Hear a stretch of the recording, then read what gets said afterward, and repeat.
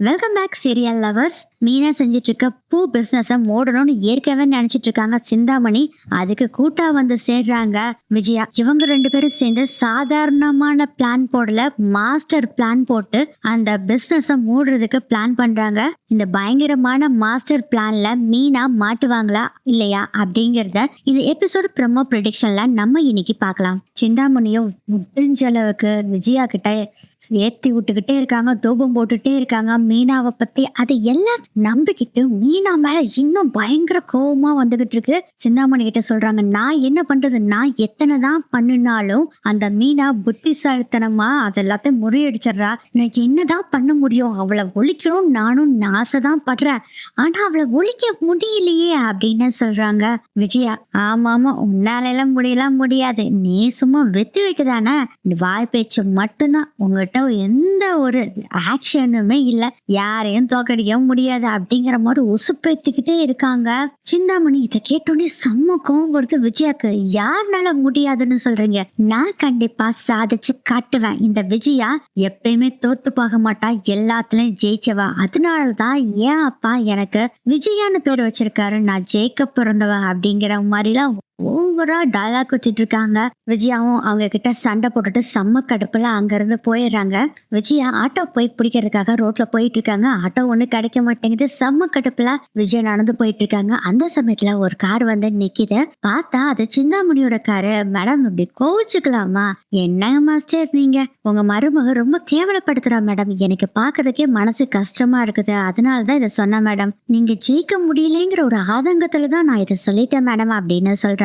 சிந்தாமணியும் பயங்கர உருட்டுறாங்க. அது எல்லாத்தையுமே நம்பிக்கிட்டு இருக்காங்க விஜயாவும். இப்போ என்னதான் செய்ய சொல்றீங்க சிந்தாமணி, நான் தான் தோத்து போய் நிக்கிறேனே அப்படின்னு கேக்குறாங்க விஜயா. நீங்க ஜெயிச்சு மறுபடியும் உங்க வீட்டுக்கு மகாராணியா ஆக முடியும், அதுக்கு ஒரு நான் பிளான் வச்சிருக்கேன் அப்படின்னு சொல்றாங்க. என்ன பிளான் சொல்லுங்க அப்படிங்கிறாங்க. உங்க மருமக மீனா இனிமேல் பூ வியாபாரமே பண்ணக்கூடாது, அதே மாதிரி ஃப்ளவர் டெக்கரேஷன் பண்றா பாருங்க ஒவ்வொரு கல்யாணத்துக்கும் போய், அதுவும் பண்ணக்கூடாது.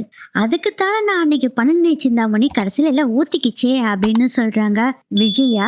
அதுக்கு சிந்தாமணி சொல்றாங்க, அது போனா போயிட்டு போது விடுங்க, ஜுஜிப்பு மேட்ரு, ஆனா நான் சொல்றதா இது சூப்பரா ஒர்க் அவுட் ஆகும், நீங்களும் நினைச்சதை சாதிச்சிடலாம், நானும் நினைச்சதை சாதிச்சிடலாம் அப்படிங்கிறாங்க.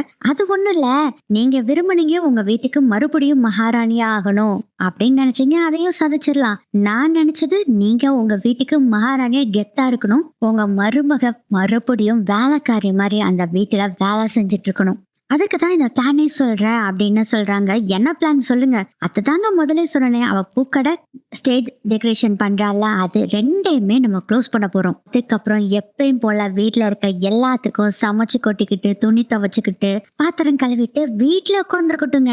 அப்பனா தான் அந்த அடிமைகளுக்கு எல்லாம் அதெல்லாம் புரியும் அப்படின்னு சொல்றாங்க. மீனாவை பத்தி பேச பேச இவங்களுக்கு அப்படி காதுல தேன் வந்து பாயிற மாதிரி இருக்கு விஜயாக்கு. சரி, நீங்க என்ன சொல்றீங்களோ அதை நான் செய்யறேன் அப்படின்னு விஜயா சொல்றாங்க.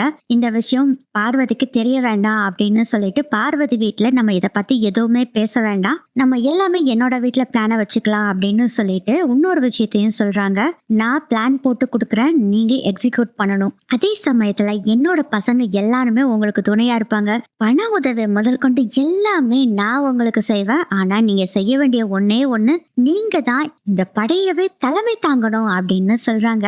விஜயாக்கு தூபம் போட போட விஜயாக்கு அப்படி ரொம்ப பெருமை தாங்க முடியல, ரொம்ப சந்தோஷமா அப்படி நிமிர்ந்து நின்றுட்டு இருக்காங்க விஜயா. சரி, பார்வதி கிட்டையும் இந்த விஷயத்த சொல்லல, யாருக்கிட்டையும் சொல்ல, நீங்க என்ன வேணாலும் செய்யுங்க, அந்த மீனாவோட தொழில அடிச்சு நொறுக்கிறதுக்கு என்ன வேணாலும் நான் செய்வேன் அப்படின்னு சொல்லிடுறாங்க விஜயா. சிவகாமி சொல்றாங்க, இன்னைக்கு ஈவினிங் நம்ம ரெண்டு பேரும் எங்க வீட்டுல மீட் பண்ணலாம், லொகேஷன் உங்களுக்கு அனுப்பிச்சு விட்டுறேன் அப்படின்னு சொல்லிட்டு, வாங்க உங்களை கார்ல டிராப் பண்றேன் அப்படின்னு சொல்றாங்க. வேண்டாம் வேண்டாம், இதோ பக்கத்துல தான் ஆட்டோ ஸ்டாண்ட் இருக்கு, அங்க போய் நான் பிடிச்சுக்கிறேன் அப்படின்னு சொல்லிட்டு விஜயா போயிடுறாங்க. அதை அப்படியே பார்த்துட்டு இருந்த சிந்தாமணி, போடி போ, உன் கைய வச்சு உன் கண்ணை குத்த போறேன், உன்னை கொஞ்சம் பெருமையா பேசினா போதும் போல இருக்கே, உன்னை எப்படி வேணாலும் மாத்திரலாம் போல இருக்கே அப்படின்னு நினைச்சுக்கிட்டு இருக்காங்க. அதுக்கப்புறம் ரொம்ப சந்தோஷமா விஜயா வீட்டுல வந்து சாப்பிட்டுட்டு இருக்காங்க. அந்த சமயத்துலதான் ஒரு போன் கால் வருது. பார்த்தா மறுபடியும் சிந்தாமணி தான் கால் பண்றாங்க.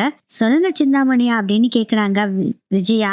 இல்ல மாஸ்டர், நான் வந்து ரொம்ப வீட்டுல போய் யோசனை பண்ணி பார்த்தேன், அதுல சில உண்மைகள் எனக்கு தெரிய வந்தது, நீங்க மட்டுமே ஒரு காரியத்தை எடுத்து வச்சீங்கன்னா அந்த மீன் மீனாவை நீங்க ஜெயிக்கவே முடியாது. இங்க பாருங்க, ஒரு தடவை நான் தோத்துட்டேன்னா இன்னொரு தடவை ஜெயிக்க முடியாது. நீங்க ஏன் சிந்தாமணி சொல்றீங்க? நான் அவளை தோக்க அடிச்சிருவேன் அப்படின்னு சொல்லிட்டு ஒரு நிமிஷம் இருங்க அப்படின்னு திரும்பி பாக்குறாங்க.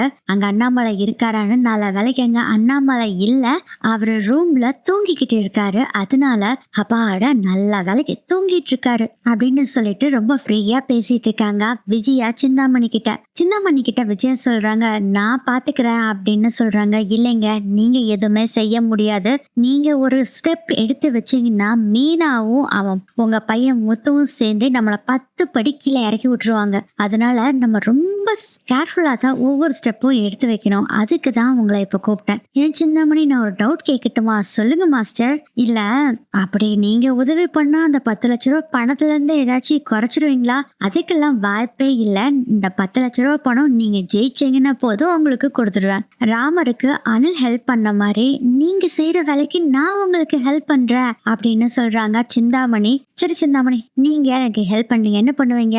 மாஸ்டர், நம்ம ஒரு ஸ்டெப் எடுத்து வைக்கிறோம்னா அதை முதல்ல மீட்டிங் போட்டு எப்படி எப்படி பிளானை எக்ஸிக்யூட் பண்றோம்னு சொல்லி ஒரு பிளானை போட்டு அதுக்கு தகுந்த மாதிரி ஆட்களை ஏற்பாடு பண்ணி நம்ம செய்யலாம் அப்படின்னு சொல்றாங்க. சரி சிந்தாமணி, நீங்க சொல்றீங்க, அது மாதிரி செஞ்சிடலாம். சரி மாஸ்டர், இன்னைக்கு ஈவினிங் நீங்க பார்வதி வீட்டுக்கு வந்துருங்க, சரியா? நான் பார்வதி வீட்டுக்கே வந்துடுறேன் சிந்தாமணி. மாஸ்டர், இல்ல வேண்டாம், பார்வதி வீட்டுக்கு நீங்க வர வேண்டாம். ஏன்னா நம்ம ஏதாச்சும் போடுற பிளான் எல்லாம் பார்வதி கேட்டுக்கிட்டு மீனா கிட்ட சொல்லிட்டா என்ன பண்றது? நீங்க எதுக்காக அப்படி நினைக்கணும் சிந்தாமணி? அவ என் ஃப்ரெண்ட், அவ எனக்கு சாதகமா தான் இருப்பா. உங்க ஃப்ரெண்டு தான், ஆனா அவ மீனாக்கும் தெரிஞ்சவங்க தானே. மீனாக்கு சப்போர்ட் பண்ற மாதிரி எனக்கு என்னமோ தோணுது, அதான் நான் சொன்னேன். கண்டிப்பா பார்வதி ஒன்னும் சொல்ல மாட்டா, ஆனா அவங்க வீட்டுல நீங்க சொல்ற மாதிரி வேண்டாம் சிந்தாமணி. ஏன் மாஸ்டர் அப்படி சொல்றீங்க? ஆமா, என் ஃப்ரெண்டு எனக்கு சாதகமா தான் இருப்பா, ஆனா இந்த மீனா எப்போ அந்த வீட்டுக்கு வருவா போவான்னு தெரியாம இருக்கு. அதனால வேண்டாம், நம்ம வேற ஒரு பக்கம் மீட்டிங்க வச்சுக்கலாம். மீட்டிங் உங்க வீட்டுல வச்சுக்கலாமா அப்படின்னு கேக்குறாங்க. தாராளமா வச்சுக்கலாம் அப்படின்னு சிந்தாமணி சொல்லிடுறாங்க. இன்னைக்கு ஈவினிங் வாங்க, மீட்டிங்கை ஸ்டார்ட் பண்ணிடலாம் அப்படின்னு சொல்றாங்க. அதுக்கப்புறம் ரொம்ப சந்தோஷமா உட்காந்து சாப்பிட்டுட்டு இருக்காங்க விஜயா. அப்பதான் முத்து வராரு. மீனா மீனா அப்படின்னு சொல்லி கூப்பிட்டுட்டே வராரு. மீனா இங்க இல்ல, அவ எங்க வீட்டுல தங்குறா, எங்கேயாச்சும் ஊர் சுத்திட்டு இருப்பா அப்படின்னு விஜயா நக்கலா பதில் சொல்லிட்டு இருக்காங்க. இங்க பாருங்க, உங்ககிட்ட ஒண்ணும் நான் கேட்கல அப்பா அப்படின்னு கூப்பிடுறாங்க. ஏண்டா அப்படின்னு ரூம்ல இருந்து கேக்குறாரு அண்ணாமலை. எங்கப்பா மீனா? டே, அவ பூ கொடுக்க போயிருப்பாடா. இல்லப்பா, இந்த நேரம் மீனா வந்திருக்கணுமே, காணாமே. டே, வருவாடா, இருடா. நீ எதுக்குடா இப்ப சுடுதண்ணிய காலில் ஊத்துன மாதிரி குதிச்சுக்கிட்டு இருக்க? அப்பா, ஒரு முக்கியமான விஷயம் சொல்றதுக்காக தான் நான் வந்தேன்ப்பா அப்படின்னு முத்து சொல்றாரு. என்ன விஷயம்? இருப்பா, மீனாவும் வந்துட்டோம், அதுக்கப்புறம் சொல்லட்டுமா அப்படின்னு சொல்றாரு முத்து. சரி வரட்டும் சொல்லு அப்படின்னு சொல்லி அவரும் வெயிட் பண்ணிட்டு இருக்காரு. அதே மாதிரி மீனா வர்றாங்க. நேரா முத்து என்ன பண்றாருன்னா வீட்டுக்குள்ள ஓடி போய் சர்க்கரையை எடுத்துட்டு வந்து இந்தா சாப்பிடு அப்படின்னு சொல்லி சர்க்கரையை கொடுக்குறாரு. என்ன வச்சுங்க, எதுக்குங்க சர்க்கரையெல்லாம் ஊட்டி விடுறீங்க அப்படின்னு சொன்னோன்னு, என்னடா நடக்குதுங்க, சர்க்கரையெல்லாம் ஊட்டி விடுறான்னு இவன் ஏதாச்சும் இன்னொரு கார் ஏதாச்சும் வாங்கிட்டானா அப்படின்னு யோசனை பண்ணிட்டு இருக்காங்க விஜயா. அப்பா நீ இருந்தாப்பா சர்க்கரை சாப்பிடு அப்படின்னு அவங்க அப்பாவுக்கும் சர்க்கரை ஊட்டி விடுறாரு. டேய், என்னன்னு சொல்லுடா அப்படின்னு சொல்றாரு அண்ணாமலை. அது ஒண்ணு இல்லப்பா, மீனாக்கு புதுசா ஒரு ஆர்டர் கிடைச்சிருக்கு அப்படிங்கிற மாதிரி சொல்றாங்க. அதை கேட்டுட்டு, எங்க ஏதாச்சும் பூக்கட்டுற ஆர்டர் ஏதாச்சும் வந்திருக்கா? என்ன மீனா, இன்னும் நீ கீழ் லெவல்லே இருக்க, நீ எப்போ தொழில் அதிபர், உனக்கு எப்படி ஆர்டர்ஸ் எல்லாம் வரும் யோசனை பண்ண அப்படின்னு முத்து சொல்றாரு. அப்போ கல்யாண ஆர்டர் புடிச்சு கொடுத்துருக்கீங்களா அப்படின்னு சொல்றாங்க. அட நீ வேற, ஏன் மீனா, மீனா நீ எல்லாம் வேற ஒரு லெவல் மீனா, நீ அடுத்த ஸ்டெப்புக்கு போயிட்ட. என்னங்க சொல்றீங்க? ஆமா மீனா, நீ பூக்கட்டி எல்லா வீட்டுக்கும் கொடுக்குற பிசினஸ் பண்ணிட்டு இருந்த, அதுக்கப்புறம் கொஞ்சம் டெவலப் ஆகி மண்டபத்துக்குள்ள ஆர்டர் எடுத்து ஸ்டேஜ் டெக்கரேஷன் பண்ணிட்டு இருந்த, அதை விட இப்ப பெரிய ஒரு லெவலுக்கு போயிட்ட மீனா. ஏங்க புரியுற மாதிரி கொஞ்சம் சுருக்கமா சொல்லுங்க, வளவலன்னு இழுக்காதீங்க. அது வந்து மீனா, உனக்கு ஒருத்தர் போன் பண்ணிருக்காரு, நீ போன் எடுக்கலையாமா, அதனால எனக்கு கால் பண்ணாரு. அந்த விசிட்டிங் கால்ல என்னோட நம்பரும் நீ போட்டிருந்தல, அதனால எனக்கு ஒரு கால் பண்ணியிருந்தாரு அப்படின்னு சொல்றாரு முத்து. இனிங்க அவர் சொன்னாரு, மீனா நீ பூ டெக்கரேஷன் பண்ணல? ஆமாங்க, அந்த கல்யாணத்துக்கு ஒருத்தர் வந்திருந்தாராமா, சூப்பரா இருந்திருந்தாமா. அவரோட ஹோட்டல்ல நடக்கக்கூடிய ஈவெண்ட்டுக்கெல்லாம் உன்னையவே டெக்கரேஷன் பண்ண வைக்கலான்னு உனக்கு ஆர்டர் கொடுக்கலான்னு கூப்பிட்டாரு அப்படின்னு சொல்றாங்க. என்னங்க ஹோட்டல்னா எனக்கு புரியலையே.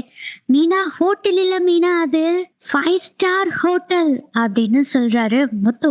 5 ஸ்டார் ஹோட்டலா, என்னங்க சொல்றீங்க? ஆமா மீனா, அந்த கல்யாணத்துக்கு வந்திருந்த மேனேஜர் உன்னோட பூ அலங்காரத்தை எல்லாம் பார்த்திருக்காரு. அதனால உனக்கு ஆர்டர் பேஸ்ல கொடுக்காம அக்ரிமெண்ட் வைஸா போட்டுக்கலான்னு சொல்லிட்டாங்க. தொடர்ந்து அந்த மேனேஜர் வேலை செய்யற 5 ஸ்டார் ஹோட்டல்ல நடக்கக்கூடிய ஈவெண்ட் எல்லாத்துக்குமே உன்னோட டெக்கரேஷன் தானே அவரு முடிவு பண்ணிட்டாராமா. அவர் ஓனர் கிட்டயும் பேசியிருக்காரு, நீ பண்ணது எல்லாத்தையுமே அவர்கிட்ட காமிச்சிருக்காரு.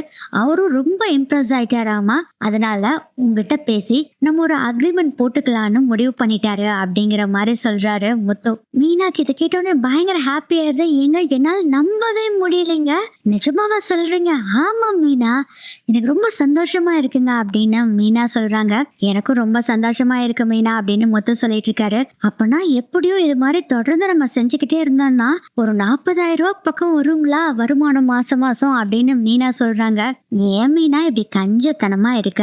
அதெல்லாம் 5 லட்சம் 10 லட்சத்துக்கு மேல வரும் மீனா. இது மாதிரி ஆர்டர்லாம் நம்ம தொடர்ந்து பண்ணிட்டு இருக்கும் போது அதோ சீசன்ல செம்மைய காசு வரும் அப்படிங்கிற மாதிரி சொல்றாங்க முத்து. அண்ணாமலை சொல்றாரு, டேய் அருமையான ஒரு சான்ஸ், இதை விடக்கூடாதுடா.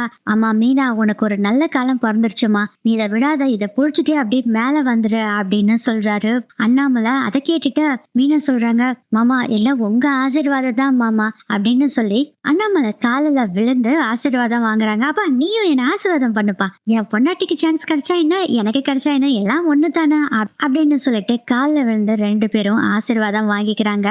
நீங்க இதே மாதிரி மென்மேலும் நல்லா உயரணும் அப்படின்னு சொல்லி வாழ்த்துறாரு அண்ணாமலை.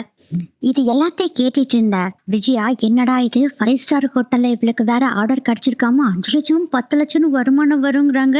இல்ல இதை விடக்கூடாது, உடனே நம்ம ஆக்ஷன் எடுக்கணும். இன்னைக்கு ஈவினிங் சிந்தாமணி வீட்டுல மீட்டிங் இருக்குல்ல, அங்க போய் என்ன பண்ணலாம்னு யோசனை பண்ணலாம் அப்படின்னு பிளான் பண்றாங்க. இந்த விஷயம் எதுவுமே பார்வதிக்கு தெரியாது. ஈவினிங் ஆகுது, நேரா சிந்தாமணி வீட்டுக்கு இவங்க போய் நடந்த விஷயத்த எல்லாத்தையுமே சொல்றாங்க. அதை கேட்டோன்னு சிந்தாமணிக்கு பயங்கர கோவம் வருது. அப்படி பொங்கி வந்துகிட்டு இருக்குது. சிந்தாமணி, என்னால இந்த விஷயத்துல தாங்க முடியல, பொறுத்துக்க முடியல, அப்படி பிச்சுக்கிற மாதிரி இருக்கு, எனக்கு பயங்கர கோவம் வருது. ஃபர்ஸ்ட் அவ தொழில முடக்கிறமோ இல்லையோ தெரியாது, இந்த ப்ராஜெக்ட் மட்டும் அவளை பண்ண விடவே கூடாது. 5 லட்சம் 10 லட்சம் வருமானம்னு சொல்றாங்க அப்படின்னு சொல்லும் போதே ஃபர்ஸ்ட் கோபப்பட்ட சிந்தாமணி ரெண்டாவது அப்படியே ரிலாக்ஸ் ஆகுறாங்க, அப்படியே சிரிக்கிறாங்க.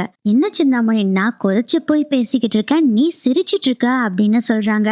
விஜயா, மாஸ்டர் அப்படிங்கும் போதே மாஸ்டர் எல்லாம் கூப்பிட்ட போதும், என்ன விஜயான்னே கூப்பிடு. சரி விஜயா. விஜயா, அவங்க என்னமோ பண்ணிட்டு போறாங்க, விடு, என்ன பேசிட்டு இருக்க? அது ஆர்டர் நிரந்தரமா கிடைக்கக்கூடிய ஆர்டராமா, அதுல பணம் அள்ளி கொட்டலான்னு சொல்றாங்க அப்படின்னு சொல்றாங்க விஜயா. உங்களோட வேலை இப்ப என்ன தெரியுமா விஜயா, அவங்க என்னென்ன பண்ண போறாங்க அப்படிங்கறத பொறுத்திருந்து நிதானமா நீங்க பாத்துட்டு வந்து அவங்க கண்டிப்பா இந்த ஆர்டரை எடுத்துக்கிறாங்கன்னா சாதாரணமா வீட்டுல வச்சுலாம் இந்த ப்ராஜெக்ட் பண்ணவே முடியாது. அவ கண்டிப்பா ஒரு கடை போட்டே ஆகணும், அப்ப வைக்கலாம் ஒரு பெரிய ஆப்பு அவளுக்கு அப்படின்னு சொல்றாங்க. சிந்தாமணி, அவளா கடையா, அதுக்கெல்லாம் சான்ஸே இல்ல அப்படின்னு சொல்றாங்க விஜயா. அதுக்கு சிந்தாமணி சொல்றாங்க, சான்ஸ் இருக்கு, நீங்க வீட்டுக்கு போய் என்ன நடக்குதுன்னு மட்டும் கேட்டுட்டு அப்பப்போ எனக்கு கால் பண்ணி சொல்லுங்க, அதுக்கப்புறம் நம்ம திட்டத்தை ஆரம்பிக்கலாம் அப்படின்னு சொல்றாங்க. என்னமோ சிந்தாமணி, நீங்க சொல்றீங்கன்னு தான் அந்த தைரியத்துல நான் போறேன், என்ன நம்புங்க, என்ன நம்பினவங்க யாருமே கைவிடப்படார் அப்படின்னு சொல்லிட்டு நீங்க கிளம்புங்க அப்படின்னு சொல்லிடுறாங்க. விஜயாவும் அங்க இருந்து போயிடுறாங்க. சிந்தாமணி கிட்ட அந்த கூட ஒரு அண்ணா இருப்பார்ல, அவரு கேக்குறாரு, என்னக்கா இது ஒண்ணுமே பண்ண வேண்டாம்னு சொல்லிட்டீங்க? டேய், காரணம் இல்லாம நான் சொல்லுவேனா? இந்த அக்கா எது செஞ்சாலும் காரணத்தோட தான் இருக்கும், நான் ஒரு புது பிளான வச்சிருக்கேன்டா அப்படின்னு சொல்றாங்க. ஓ அப்படியா, சரி சரிக்கா அப்படின்னு சொல்லிடுறாங்க. அதுக்கப்புறம் வீட்டுல வந்து அமைதியா நடக்கிறத பூரா பாத்துட்டு இருக்காங்க. இந்த விஷயத்தை கேட்டுட்டு வீட்டுல எல்லாருமே ஹாப்பியா இருக்காங்க. மனோஜ், ரோகிணி 2 பேரும் செம்ம காணல இருக்காங்க. என்ன ரோகிணி இது, நம்மளை விட இந்த மீனை ரொம்ப சம்பாரிச்சிருவ போல இருக்கு, ஒரு மாசத்துக்கே 5 lakhs to 10 lakhs வருமானம் வரும்னு சொல்றாங்க. மனோஜ், முதல்ல அந்த ப்ராஜெக்ட் கிடைக்குதான்னு பாக்கலாம் மனோஜ், அதுக்குள்ள எதுக்கு நீ பெருசா பண்ணிட்டு இருக்க, இந்த மீனானால எல்லாம் அவ்வளோலாம் சம்பாதிக்கிற திறமையே இல்லை அப்படின்னு சொல்றாங்க ரோகிணி. அப்படி சொல்லி கரெக்டா சொன்ன ரோகிணி அப்படின்னு மனோஜ் சொல்லிட்டு இருக்காங்க. ஸ்ருதி மீனா கிட்ட சொல்றாங்க, எனக்கு ரொம்ப ஹாப்பியா இருக்கு மீனா, என் சிஸ்டர் நீங்க இவ்வளவு பெரிய லெவலுக்கு வர்றது எனக்கு ரொம்ப ஹாப்பியா இருக்குங்கிறாங்க. ரவி கங்க்ராட்ஸ் பண்றாரு. எல்லாரும் ஹாப்பியா இருக்காங்க. அப்பதான் முத்து வர்றாரு. நாளைக்கு எல்லாரும் வெளியே போகணும், ரெடி ஆயிருங்க அப்படின்னு சொல்லி முத்து வந்து சொல்றாரு. அது காலையில் நேரத்திலே போகணும்னு சொல்றாரு. எங்கெங்க போறோம் அப்படின்னு மீனா கேக்குறாங்க. நான் அதெல்லாம் சொல்ல மாட்டேன். டேய் ஓடுகாலி, நீயும் பார்லர் அம்மாவும் ரெடி ஆயிருங்க. அப்பா அம்மாவே ரெடி ஆயிர சொல்லிருங்கப்பா. ஒரு முக்கியமான விஷயத்துக்கு போறோம் அப்படின்னு சொல்றாரு முத்து. எங்கேன்னு சொல்லுடா, அப்பனா தானே ரெடி ஆக முடியும். ஏப்பா சொன்னாதான் ரெடி ஆவியா? டேய் அதுக்கு தகுந்த மாதிரி ட்ரெஸ் போடணும்டா. சரிப்பா, நல்ல ஒரு ஃபங்க்ஷனுக்கு போறோம், அதுக்கு தகுந்த மாதிரி ட்ரெஸ் எல்லாம் பண்ணிக்கங்க அப்படின்னு சொல்லிட்டு முத்து அங்கிருந்து மாடிக்கு போறாரு. மீனாவும் பின்னாடியே போய் என்னங்க எங்க போறோம் நம்ம? மீனா, நீ அதெல்லாம் எதுவும் கேட்க கூடாது, காலையில நீ வந்து பாரு உனக்கு தெரியும் அப்படின்னு சொல்றாரு முத்து. அதுக்கப்புறம் காலையில ஆகுது. முத்து சீக்கிரம் கிளம்பி வந்துடுறாரு. எல்லாச்சும் கிளம்பிட்டீங்களா? சீக்கிரம் வாங்க வாங்க அப்படின்னு எல்லாத்தையும் கூட்டிட்டு ஒரு பக்கம் போறாங்க. ரவி கேக்குறாரு, டே எங்கடா போறோம் சொல்லுடா. டே வந்து பாப்பேல பாரு வா அப்படின்னு சொல்லி கூட்டிட்டு போறாரு. வீட்டுல இருக்க எல்லாருமே வந்திருக்காங்க. ஆனா மனோஜ், ரோஹிணி, விஜயா இவங்க 3 பேரும் தனி கார்ல வர்றாங்க. ஏமா எங்கம்மா இந்த முத்து பையன் கூட்டிட்டு போறான்? அதுவும் லொகேஷன் வேற கொடுத்துருக்கான். பஜார் மாதிரி இருக்குதுமா அந்த லொகேஷன் பார்த்தா அப்படின்னு சொல்றாரு. எங்க கூட்டிட்டு போறான்? எங்கேயாச்சும் கோயிலுக்கு கூட்டிட்டு போவான். அதான் சம்சாரத்துக்கு புது ஆர்டர் கிடைச்சிருக்குல்ல, அதை கொண்டாடுறதுக்கு கூட்டிட்டு போவான் அப்படின்னு சொல்றாங்க விஜயா. இல்ல ஆண்டி, எனக்கு அப்படி எதுவும் தெரியலையா அப்படின்னு ரோஹிணி சொல்லிட்டு இருக்காங்க. அதுக்கப்புறம் அந்த இடம் வந்துடுது. எல்லாரும் அந்த இடத்துல வந்து இறங்குறாங்க. முத்து மட்டும் இன்னும் வரல. எங்கப்பா முத்துவை காணோம் அப்படின்னு மனோஜ் சொல்லிட்டு இருக்காங்க. இப்ப முத்துவை காமிக்கிறாங்க. முத்து ஒரு பக்கம் வண்டி நிறுத்திட்டாரு. ஏங்க வண்டி நிறுத்திட்டீங்க அப்படின்னு கேக்குறாங்க மீனா. அதுக்கு முத்து சொல்றாரு, ஒரு நிமிஷம் இரு அப்படின்னு சொல்லி இறங்கி வந்து மீனாவை கீழே இறங்க சொல்றாரு.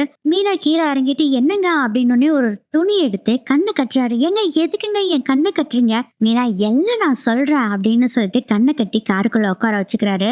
அப்பயே ஸ்ருதி சொல்றாங்க, மீனா உங்களுக்கு ஏதோ சர்ப்ரைஸ் கொடுக்க போறாருன்னு நினைக்கிறேன் முத்து. ஆமாங்க, எனக்கும் அப்படிதான் தோணுது, ஆனா என்னன்னு தெரியலையா அப்படின்னு மீனா சொல்லிட்டு இருக்காங்க.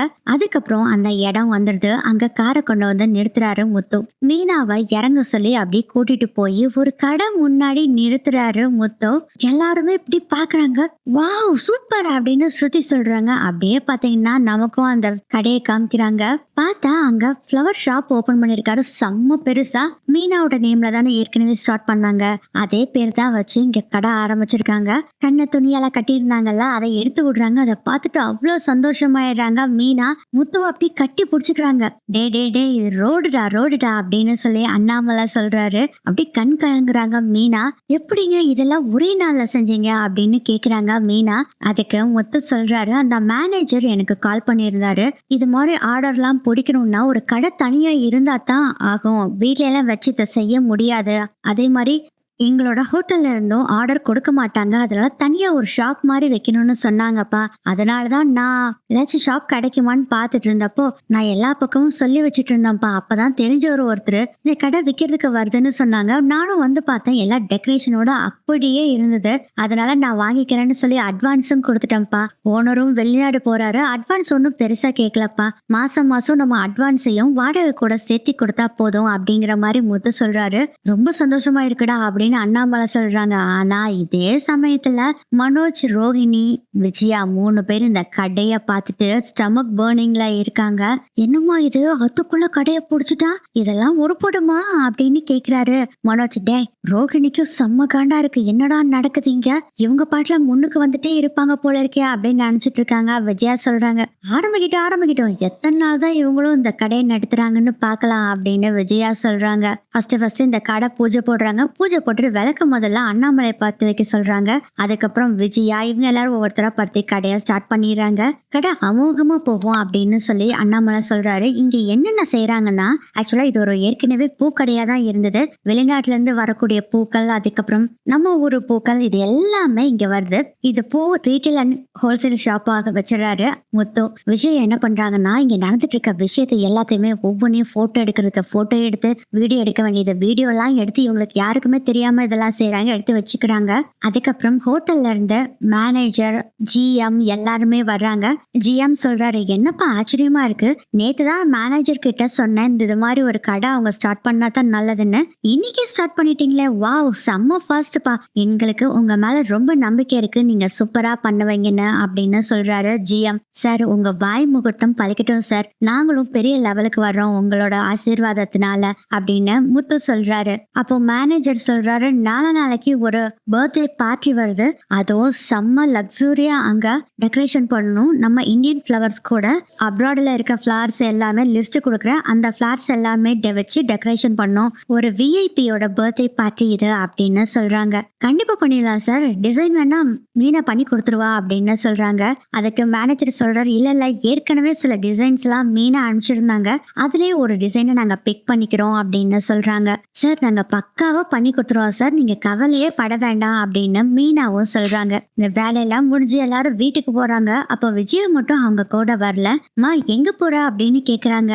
மனோஜ், டே எனக்கு கொஞ்சம் வேலை இருக்கு, நான் முடிச்சிட்டு வந்துடுறேன், நீங்க போங்க அப்படின்னு சொல்லிட்டு நேரா சிந்தாமணியோட வீட்டுக்கு போறாங்க. கடை ஸ்டார்ட் பண்ணது, அதுக்கப்புறம் ஃபாரின்ல இருந்து வரக்கூடிய ஃபிளார்ஸ், இங்க இருக்க ஃபிளார்ஸ் எல்லாத்தையுமே வச்சு கடை ஆரம்பிச்சிருக்காங்க அப்படிங்கிற விஷயம் முதல் கொண்டு நாளைக்கு அந்த 5 ஸ்டார் ஹோட்டல்ல ஒரு விஐபியோட குழந்தையோட பர்த்டே பார்ட்டி இருக்கிற விஷயத்த எல்லாத்தையுமே சொல்றாங்க.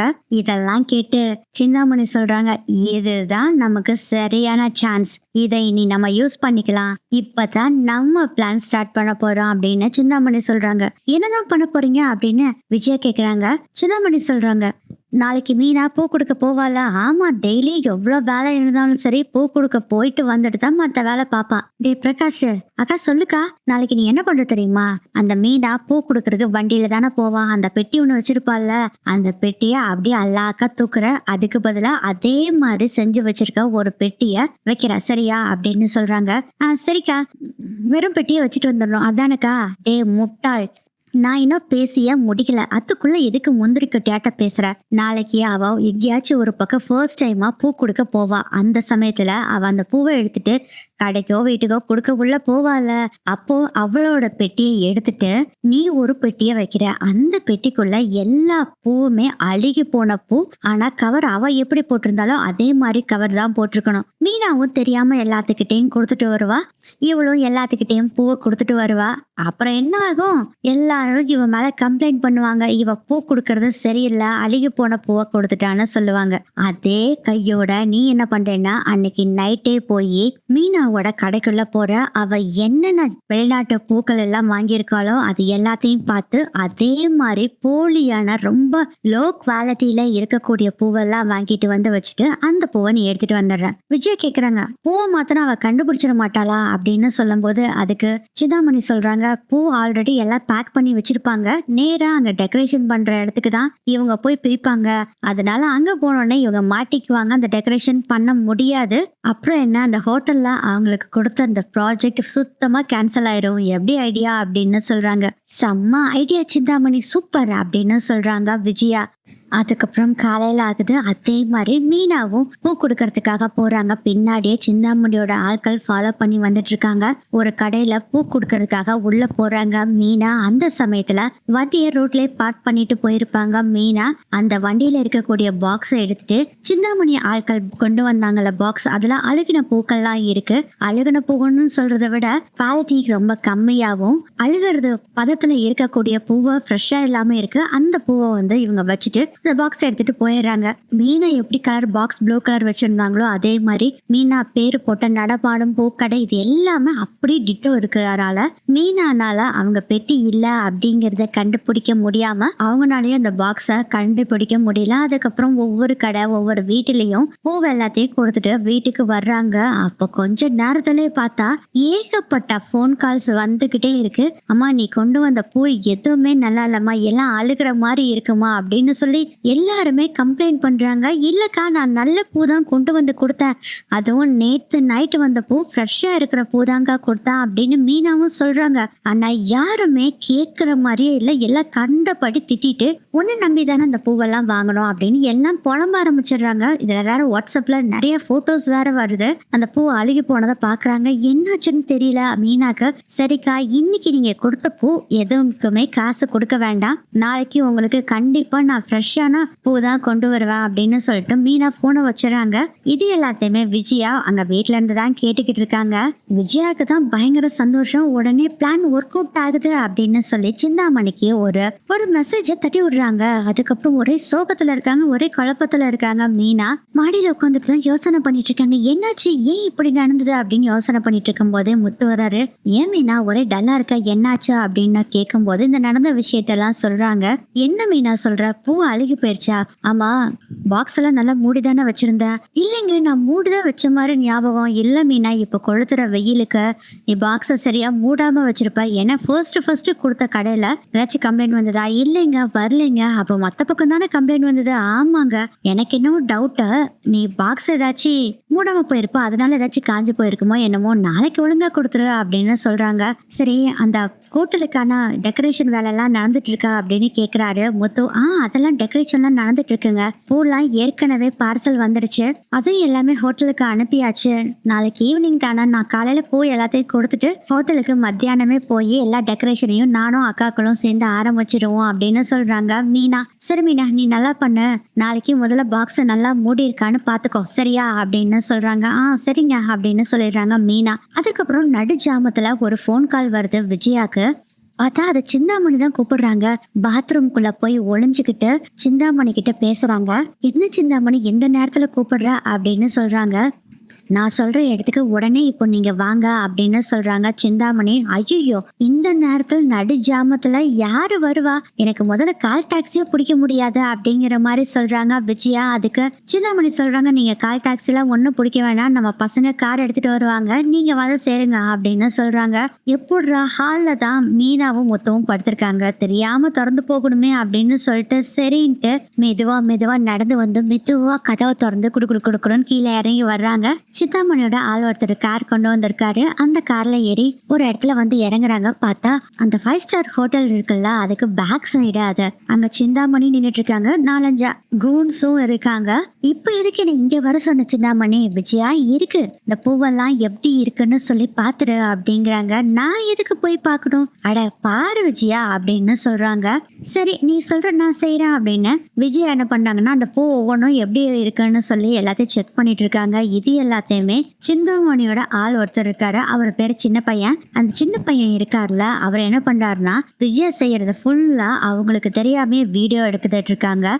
விஜயா இந்த ஃப்ளவர் அப்படியே எடுத்து பார்க்குறாங்க. அந்த ஃப்ளவர் பாக்ஸை 2-3 கூன்ஸ் இருக்காங்க, அவங்க கிட்ட இந்த பாக்ஸ் எல்லாம் ஒவ்வொன்றா எடுத்து கொடுத்து இது எல்லாத்தையும் கொண்டு போய் நீ வச்சுட்டு எல்லாம் கரெக்டாக தான் இருக்கு, எல்லாம் அழுகுன பூதான் அப்படின்னு சொல்றாங்க. அதை வீடியோ எடுத்துட்டு இருக்காரு சிந்தாமணி. முந்தானத்தும் அப்படிதான் அந்த பாக்ஸ் மாத்துறதுக்கு எங்க வீட்லயே இந்த பாக்ஸை கொண்டு போய் வச்சுக்க சொல்லிட்டேன். அதுக்கப்புறம் பாக்ஸை பசங்க வந்தாங்கன்னா கொடுத்துருன்னு சொல்லிட்டேன். ஏன் சிந்தாமணி இப்படி பண்ற, இப்பவும் என்னத்தான் செக் பண்ண சொல்ற அப்படின்னு கேக்குறாங்க விஜயா. அதுக்கு சிந்தாமணி சொல்றாங்க, வேற ஒண்ணும் இல்ல, எது செஞ்சனாலும் நீ ஜெயிக்கிறதுக்காக பண்றது, நீ கெத்தா உன்னோட வீட்டுல இருக்கணுங்கிறதுக்காக பண்றோம்ல.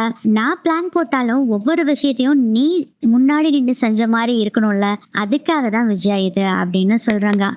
கரெக்ட், அவளை கவுத்துறதுக்கு நான் தான் முக்கிய பங்கு வகிச்சதா இருக்கணும். கரெக்ட் சிந்தாமணி அப்படின்னு சொல்றாங்க. அதுக்கப்புறம் வீட்டுல கொண்டு போய் விட்டுருங்க அப்படின்னு வீட்டுல கொண்டு போய் விட்டுறாங்க. அதே மாதிரி எப்படி பதுங்கி வந்தாங்களோ அதே மாதிரி மெதுவா பதுங்கி வீட்டுக்குள்ள வந்து கதவை தாள் போட்டுட்டு ரூம்ல போய் ஒண்ணுமே தெரியாத மாதிரி படுத்துக்கிறாங்க விஜயா. காலையில ஆகுது. மீனாவும் எப்பயும் போல பூவை கொண்டு போய் கொடுக்கறதுக்காக வண்டியில போறாங்க. மீனா போனோடனே சிந்தாமணிக்கு கால் பண்றாங்க. சிந்தாமணியும் உன்கிட்ட இருக்கிற பாக்ஸா அந்த பசங்க கிட்ட கொடுத்து விட்டுரு அப்படின்னு சொல்றாங்க. அதே மாதிரி பூவெல்லாம் எடுத்து அந்த பசங்க கிட்ட விஜயா கொடுக்குறாங்க. இது எல்லாத்தையும் கூடயே அந்த சின்ன பையன் வருவாரு, அவரு வீடியோ எடுத்து வச்சுக்கிறாரு. இன்னைக்கும் நேத்து மாதிரியே பூவை ஃபர்ஸ்ட் கடையில கொண்டு போய் மீனா கொடுக்குறப்ப இவங்க பாக்ஸை மாத்திடுறாங்க. மீனா வந்து அந்த பாக்ஸ் மூடி இருக்கான்னு பார்த்துட்டு அதுக்கப்புறம் வண்டி எடுத்துட்டு போய் ஒவ்வொரு பக்கமும் பூவை கொடுக்குறாங்க. பூ கொடுக்குறப்போ அந்த கவரை பார்க்குறப்ப பார்த்தீங்கன்னா மேலே இருக்க பூ மட்டும் நல்லா ஃப்ரெஷ்ஷாக இருக்கிற மாதிரி வச்சு உள்ளே இருக்க பூ எல்லாமே அழுகி போன பூவா இன்னைக்கு வச்சிருக்காங்க. மீனாவும் அந்த கவர் எடுத்து பார்க்குறாங்க, பூலாம் ஃப்ரெஷ்ஷாக தான் இருக்கு அப்படின்னு சொல்லி எல்லாத்துக்கும் பூ எல்லாத்தையும் டிஸ்ட்ரிபியூட் பண்ணிட்டு மறுபடியும் ஹோட்டலுக்கு வந்து எல்லாம் அலங்காரம் பண்றதுக்காக ஓபன் பண்றாங்க. பார்த்தா பயங்கரமான ஷாக், பூ எல்லாமே அழுகி போன பூவா இருக்கு. என்ன பண்றதுன்னு பயங்கர குழப்பத்துல இருக்காங்க. ஏற்கனவே இவங்க ஒரு கொஞ்சம் டெக்கரேஷன்லாம் பண்ணிட்டு போயிருப்பாங்க அந்த ஸ்டேஜ்ல. அதுவும் எல்லாமே காஞ்சு போயிருக்கு அந்த பூ. என்னாச்சு, எதனால இப்படி ஆச்சு அப்படின்னு எல்லாம் குழம்பி போயிருக்காங்க. மீனா உடனே முத்துக்கு கால் பண்றாங்க. முத்துவும் வந்து பாக்குறாரு. பயங்கர குழப்பத்துல என்னாச்சு, சரி பரவாயில்ல, கடையில என் மத்த பூலாம் இருக்கும்ல, அதை எடுத்துட்டு வந்து டெக்கரேஷன் பண்ணிடலாம் அப்படின்னு சொல்லிட்டு இவங்க எடுத்துட்டு வந்து டெக்கரேஷன் பண்றதுக்காக பூவெல்லாம் எடுக்க மீனா முத்து 2 பேரும் போயிடுறாங்க. அதுக்குள்ள அந்த விஐபி டெக்கரேஷன் எந்த லெவலுக்கு போயிருக்குன்னு பாக்குறதுக்கு வந்துடுறாரு. டெக்கரேஷன்லாம் ரொம்ப மொக்கையா இருக்கு, பூவெல்லாம் காஞ்சு போயிருக்கு அப்படின்னு அவரு கண்ணா பின்னான்னு திட்டுறாரு. அதுக்குள்ள முத்து மீனா 2 பேரும் வந்துடுறாங்க. சார் சார் எல்லாமே நல்லா பண்ணி கொடுத்துருவோம் சார், கவலைப்படாதீங்க அப்படின்னு சொல்றாங்க.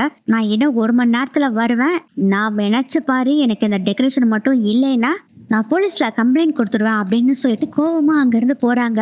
என்னங்க இப்படி சொல்றாரு, பயமா இருக்குது அப்படின்னு மீனா சொல்றாங்க. ஏய் மீனா, கவலைப்படாத, அதான் பூவெல்லாம் எடுத்துட்டு வந்துட்டோம்ல அப்படின்னு சொல்லிட்டு பூவெல்லாம் பிரிச்சு பாக்குறாங்க. பார்த்தா அது ஃபுல்லா அழுகி போய் இருக்கு. இங்க என்னங்க இதுவும் அழுகி இருக்கு. சரி சரி கவலைப்படாத, என்ன பண்ணாலும் யோசனை பண்றாரு. ஓகே, உடனே செல்வத்துக்கு கூப்பிடுறாரு. அங்க எந்த கடையில இந்த பூவெல்லாம் இருக்கோ அது எல்லாத்தையும் உடனே வாங்கிட்டு வா அப்படின்னு சொல்றாரு. நான் ஒரு பக்கம் போய் வாங்கிட்டு வரேன், நீ ஒரு பக்கம் வாங்கிட்டு வா அப்படின்னு சொல்றாங்க. இந்த ஹோட்டல்ல ஃபர்ஸ்ட் டைமா பண்றீங்க, எப்படி வேலையெல்லாம் போயிட்டு இருக்குன்னு கால் பண்றாங்க ஸ்ருதி. அப்பதான் இந்த நடந்த விஷயத்த சொல்றாங்க. இதெல்லாம் கேட்ட ஸ்ருதி, எனக்கு தெரிஞ்ச ஒரு பொக்கே கடை இருக்கு, அவங்க கிட்ட இதை கேட்டு பார்க்கலாம் அப்படின்னு சொல்றாங்க. அதுக்கு முத்து சொல்றாரு, பலகுரல எவ்வளவு செலவானாலும் சரி, அந்த எவ்வளவு காஸ்ட்லியா ஆனாலும் சரி, பூ உடனே நம்ம வாங்கிக்கலாம், அவங்க கிட்ட கேட்டுட்டு சொல்லு அப்படின்னு சொல்றாங்க. ஸ்ருதியும் கேட்டு அவங்க ஓகே சொல்லிட்டாங்க. ஆனா காசு மட்டும் கொஞ்சம் அதிகம் சொல்றாங்க. பரவாயில்ல இருந்துட்டு போகுதுன்னு சொல்லிட்டு உடனே ஸ்ருதி சொன்ன கடைக்கு போய் இவங்க சொன்ன பூவை எல்லாத்தையும் வாங்கிட்டு வந்து எப்படியோ ஒரு வழியா டெக்கரேஷனை பக்காவா முடிச்சிடுறாங்க மீனா முத்து 2 பேரும். மீனாக்கு நிறைய போன் கால் வந்துகிட்டே இருக்கு. ஆனா மீனா சைலண்ட்ல போட்டுட்டு வேலையை பயங்கரம் ஃபாஸ்டா செஞ்சு முடிச்சிடுறாங்க. அப்பாடா, இப்பதான் எனக்கு நிம்மதியா இருக்குங்க அப்படின்னு சொல்றாங்க மீனா. விஐபி வந்து பாக்குறாரு. வாவ், சூப்பரா பண்ணிட்டீங்க அப்படின்னு சொல்லி பாராட்டிட்டு போயிடுறாங்க. எப்படியும் அந்த பர்த்டே பார்ட்டியும் சூப்பரா நடக்குது. அதுக்கப்புறம் வீட்டுக்கு வந்து நடந்த விஷயத்தெல்லாம் பேசிக்கிட்டு இருக்காங்க. இதை கேட்டு ஷாக் ஆயிடுறாங்க. இந்த விஷயத்த சிந்தாமணிக்கு அனுப்புறாங்க. தெரியும் தெரியும், நானும் அதை கேட்டேன், ரொம்ப காண்டில தான் இருக்கேன், எப்படியோ தப்பிச்சிட்டாலே அப்படின்னு நினைச்சிட்டு இருக்காங்க. சரி பரவாயில்ல, அடுத்த விஷயத்த நம்ம ஆரம்பிக்கலாம் இனி அப்படின்னு சொல்றாங்க. என்ன சொல்ற சிந்தாமணி? ஆமா, இன்னும் ஒரு 3-4 நாளுக்கு அப்புறம் ஒரு மேரேஜ் மீனாக்கு இருக்கு. அதுல ஸ்டேஜ் டெக்கரேஷன் மட்டும் இல்ல, குக்கிங், மேக்கப் எல்லாமே இவங்க பொறுப்பேற்றிருக்காங்க. அதுல பாத்துக்கலாம் நம்ம. அப்புறம் இன்னொரு விஷயம், உங்களை ஒரு இடத்துக்கு நான் கூட்டிட்டு போறேன், நாளைக்கு மத்தியானம் 2:30 மணிக்கு நம்ம வீட்டுக்கு வந்துருங்கன்னு சொல்லிட்டு சிந்தாமணி போனை கட் பண்ணிடுறாங்க. அதுக்கப்புறம் மீனா சமையல் பண்ணலான்னு போகும்போது சரி போன் நிறைய கால் வந்திருக்கு, நம்ம தான் இந்த பிஸில எடுக்கலன்னு சொல்லிட்டு எடுத்து பாக்குறாங்க. பார்த்தா ஒரு 200-300 கால்ஸ் வந்திருக்கு. என்னடா இது, இத்தனை கால் வந்திருக்கே அப்படின்னு சொல்லிட்டு ஒவ்வொருத்தருக்கா போன் பண்ணி கேட்டா எல்லாரும் கழுவி கழுவி ஊத்துறாங்க. பூ ஃபுல்லா அழுகி இருந்தது, இனிமேல் உன்னோட பூவு எங்க கடைக்கு தேவையில்லை அப்படின்னு சொல்லிடுறாங்க. நீ பூ கொண்டு வராதா அப்படின்னு கஸ்டமர்ஸ் எல்லாருமே கூப்பிட்டு சொல்லிடுறாங்க. மீனாக்கு என்ன நடக்குதுன்னே தெரியல. நம்ம எல்லாமே கரெக்டா தான் செஞ்சோம், அப்புறம் எப்படி இப்படி மாறுச்சு அப்படின்னு பயங்கர குழப்பத்துல இருக்காங்க மீனா. முத்துக்கிட்ட இந்த விஷயத்த சொல்றாங்க. அப்பவே முத்து கொஞ்சம் டவுட் ஆகுது. எனக்கு என்னமோ வேற யாரோ இதுல இன்வால்வ் ஆகுறாங்கன்னு நினைக்கிறேன் மீனா. ஏன்னா நம்ம அந்த பர்த்டே பார்ட்டி அப்பயும் இதே மாதிரி ஒரு விஷயம் நடந்தது, இங்க 2 நாளா அந்த பூ விஷயம் நடந்துட்டு இருக்கு, என்னன்னு கவனிக்கணும் மீனா அப்படின்னு சொல்றாரு முத்து. இருக்கட்டும்ங்க, நமக்கு இந்த கல்யாண ஆர்டர் ஃபர்ஸ்ட் முடியட்டும், அதுக்கப்புறம் என்னன்னாலும் பாத்துக்கலாம், ஒரு 2-3 நாளைக்கு பூ கொடுக்கறத நான் நிறுத்திடுறேன் அப்படின்னு சொல்றாங்க மீனா. அடுத்த நாள் மத்தியானம் ஆகுது. விஜயா சிந்தாமணி வீட்டுக்கு போறாங்க. சிந்தாமணி விஜயாவை ஒரு இடத்துக்கு கூட்டிட்டு போறாங்க. எங்க கூட்டிட்டு போயிருக்காங்கன்னா, மீனா ஒரு கல்யாண ஆர்டர் எடுத்தாங்கல்ல, அவங்க ஓனர் வீட்டுக்கு தான் போயிருக்காங்க. ஆக்சுவலா என்ன விஷயம்னா, அந்த ஓனரும் சிந்தாமணி எல்லாருமே ஃப்ரெண்ட்ஸ், எல்லாம் கூட்டு கலவாணிக. நம்ம மீனாவை அடிக்கிறதுக்காகவே வேணும்னே இது மாதிரி ஒரு பிளான பண்ணிருக்காங்க. சிந்தாமணி இருக்காங்கல்ல, அவங்க ஃப்ரெண்டோட சர்வெண்டோட கல்யாணம் தான் இது. வேணும்னே பிளான் பண்ணி தான் இதை செய்யறாங்க. இந்த தடவை கொஞ்சம் டிஃப்ரெண்டா பண்ணலாம். மீனா பூ அலங்காரம் எல்லாத்தையும் பண்ணி முடிச்சுட்டு போயிருவாங்க. நைட்டு என்னோட ஆட்களை விட்டு அந்த பூல ஃபுல்லா ஸ்ப்ரே அடிக்க சொல்லிடுவேன். விஜயா சொல்றாங்க, ஸ்ப்ரே அடிச்சா என்னாக போகுது அப்படின்னு சொல்லும் போதே சிந்தாமணியோட ஃப்ரெண்ட் இருக்காருல, அவர் சொல்றாரு, அம்மா இந்த பூ மேல ஸ்ப்ரே அடிச்சாங்கன்னு வச்சுக்கோங்க, இது சாதாரணமா ஃப்ரெஷ்ஷா இருக்கிறதுக்காக அடிக்கிற ஸ்ப்ரே இல்லம்மா, அந்த பூ அழுகி போறதுக்கான ஸ்ப்ரே தான் பண்ண போறோம், அதோ துர்நாட்டம் அடிக்க போகுது, அது மாதிரி நாங்க ஸ்ப்ரே வச்சிருக்கோம், அதைத்தான் அடிக்க போறோம் அப்படின்னு சொல்றாங்க. அதே மாதிரி சமையல்ல ஏதாச்சும் பல்லி, கரப்பாம்பூச்சி அது மாதிரி போட்டு விட்டுடலாம். பொண்ணுக்கு அலங்காரம் பண்ண வர்ற மேக்கப் உமனை மாத்திட்டு நம்ம ஆட்களை வச்சிடலாம் பண்ணலாம் அப்படிங்கிற எல்லா பிளானையும் போடுறாங்க. இதெல்லாம் முடியுங்களா அப்படின்னு விஜயா கேக்குறாங்க. அதுக்கு சிந்தாமணி சொல்றாங்க, அதுக்கு தான் இவரை நான் ஏற்கனவே புடிச்சு வச்சுட்டேன். இவரு கோயில்ல தான் இந்த கல்யாணத்தை நடத்துறேன்னு சொன்னாரு. இது ஃபுல்லா என்னோட காசு செலவுல தான் இந்த மண்டபத்தை வச்சு கல்யாணம் நடத்துறேன். அப்புறம் என்ன பண்ண போறீங்க அப்படின்னு விஜயா கேக்குறாங்க. இதுலதான் இருக்குது ட்விஸ்டே. இது எல்லாத்தையுமே போய் என் நண்பர் இருக்காருல, அவரு போலீஸ் கிட்ட கம்ப்ளைண்ட் கொடுக்க போறாரு. அப்புறம் என்ன ஆகும், கடையை இழுத்து மூடிடுவாங்க, மீனாவையும் ஜெயிலுக்கு புடிச்சிட்டு போயிருவாங்க. இப்ப சந்தோஷமா உங்களுக்கு அப்படின்னு கேக்குறாங்க விஜயா கிட்ட சிந்தாமணி. இது சூப்பரா இருக்குதே அப்படிங்கிற மாதிரி சொல்றாங்க. சரி சரி, இந்த விஷயம் நமக்குள்ளேயே இருக்கட்டும். விஜயா, நீங்க எப்பயும் போல நீங்க இந்த ஸ்ப்ரே எல்லாம் வீட்டுக்கு எடுத்துட்டு போயிருங்க, பசங்க வந்து வாங்கிட்டு போயிருவாங்க, சரியா? சரி சரி, ஓகே அப்படின்னு சொல்லிடுறாங்க விஜயாவும். அப்புறம் இன்னொரு விஷயத்தையும் நான் சொல்லணும். இன்னைக்கு சாயந்தரம் அவங்க டெக்கரேஷனுக்கு போன உடனே கடைக்கு யாருமே வரமாட்டாங்க. எங்க ஆளுகளை ஒரு ஆளை விட்டு வெளிநாட்டுல இருந்து வரக்கூடிய பிளாக் மார்க்கெட்ல வைக்கக்கூடிய ஃபிளவர்ஸ் எல்லாம் இவளோட கடையில வைக்க போறேன். எங்க ஃப்ளவர் எல்லாம் பிளாக் மார்க்கெட்ல விற்பாங்களா? ஆமா விஜயா, நம்ம நாட்டுல சில பூக்கள் தான் அனுமதிக்கப்படுவாங்க, சில பூக்களை அனுமதிக்க மாட்டாங்க. அப்படி லைசன்ஸ் வாங்காத பூவை வந்து நான் இங்க கொண்டு வைப்பேன். அதே மாதிரி விலை அதிகம் இருக்கக்கூடிய பூக்களை இவங்க விலை கம்மியா விற்கிறதுக்காக பிளாக் மார்க்கெட்ல பூவை வாங்குறாங்கன்னு செட் பண்ண போறேன். அந்த பூவெல்லாம் அங்க கொண்டு போய் நைட்டு நம்ம பசங்க வச்சுட்டு வந்துருவாங்க.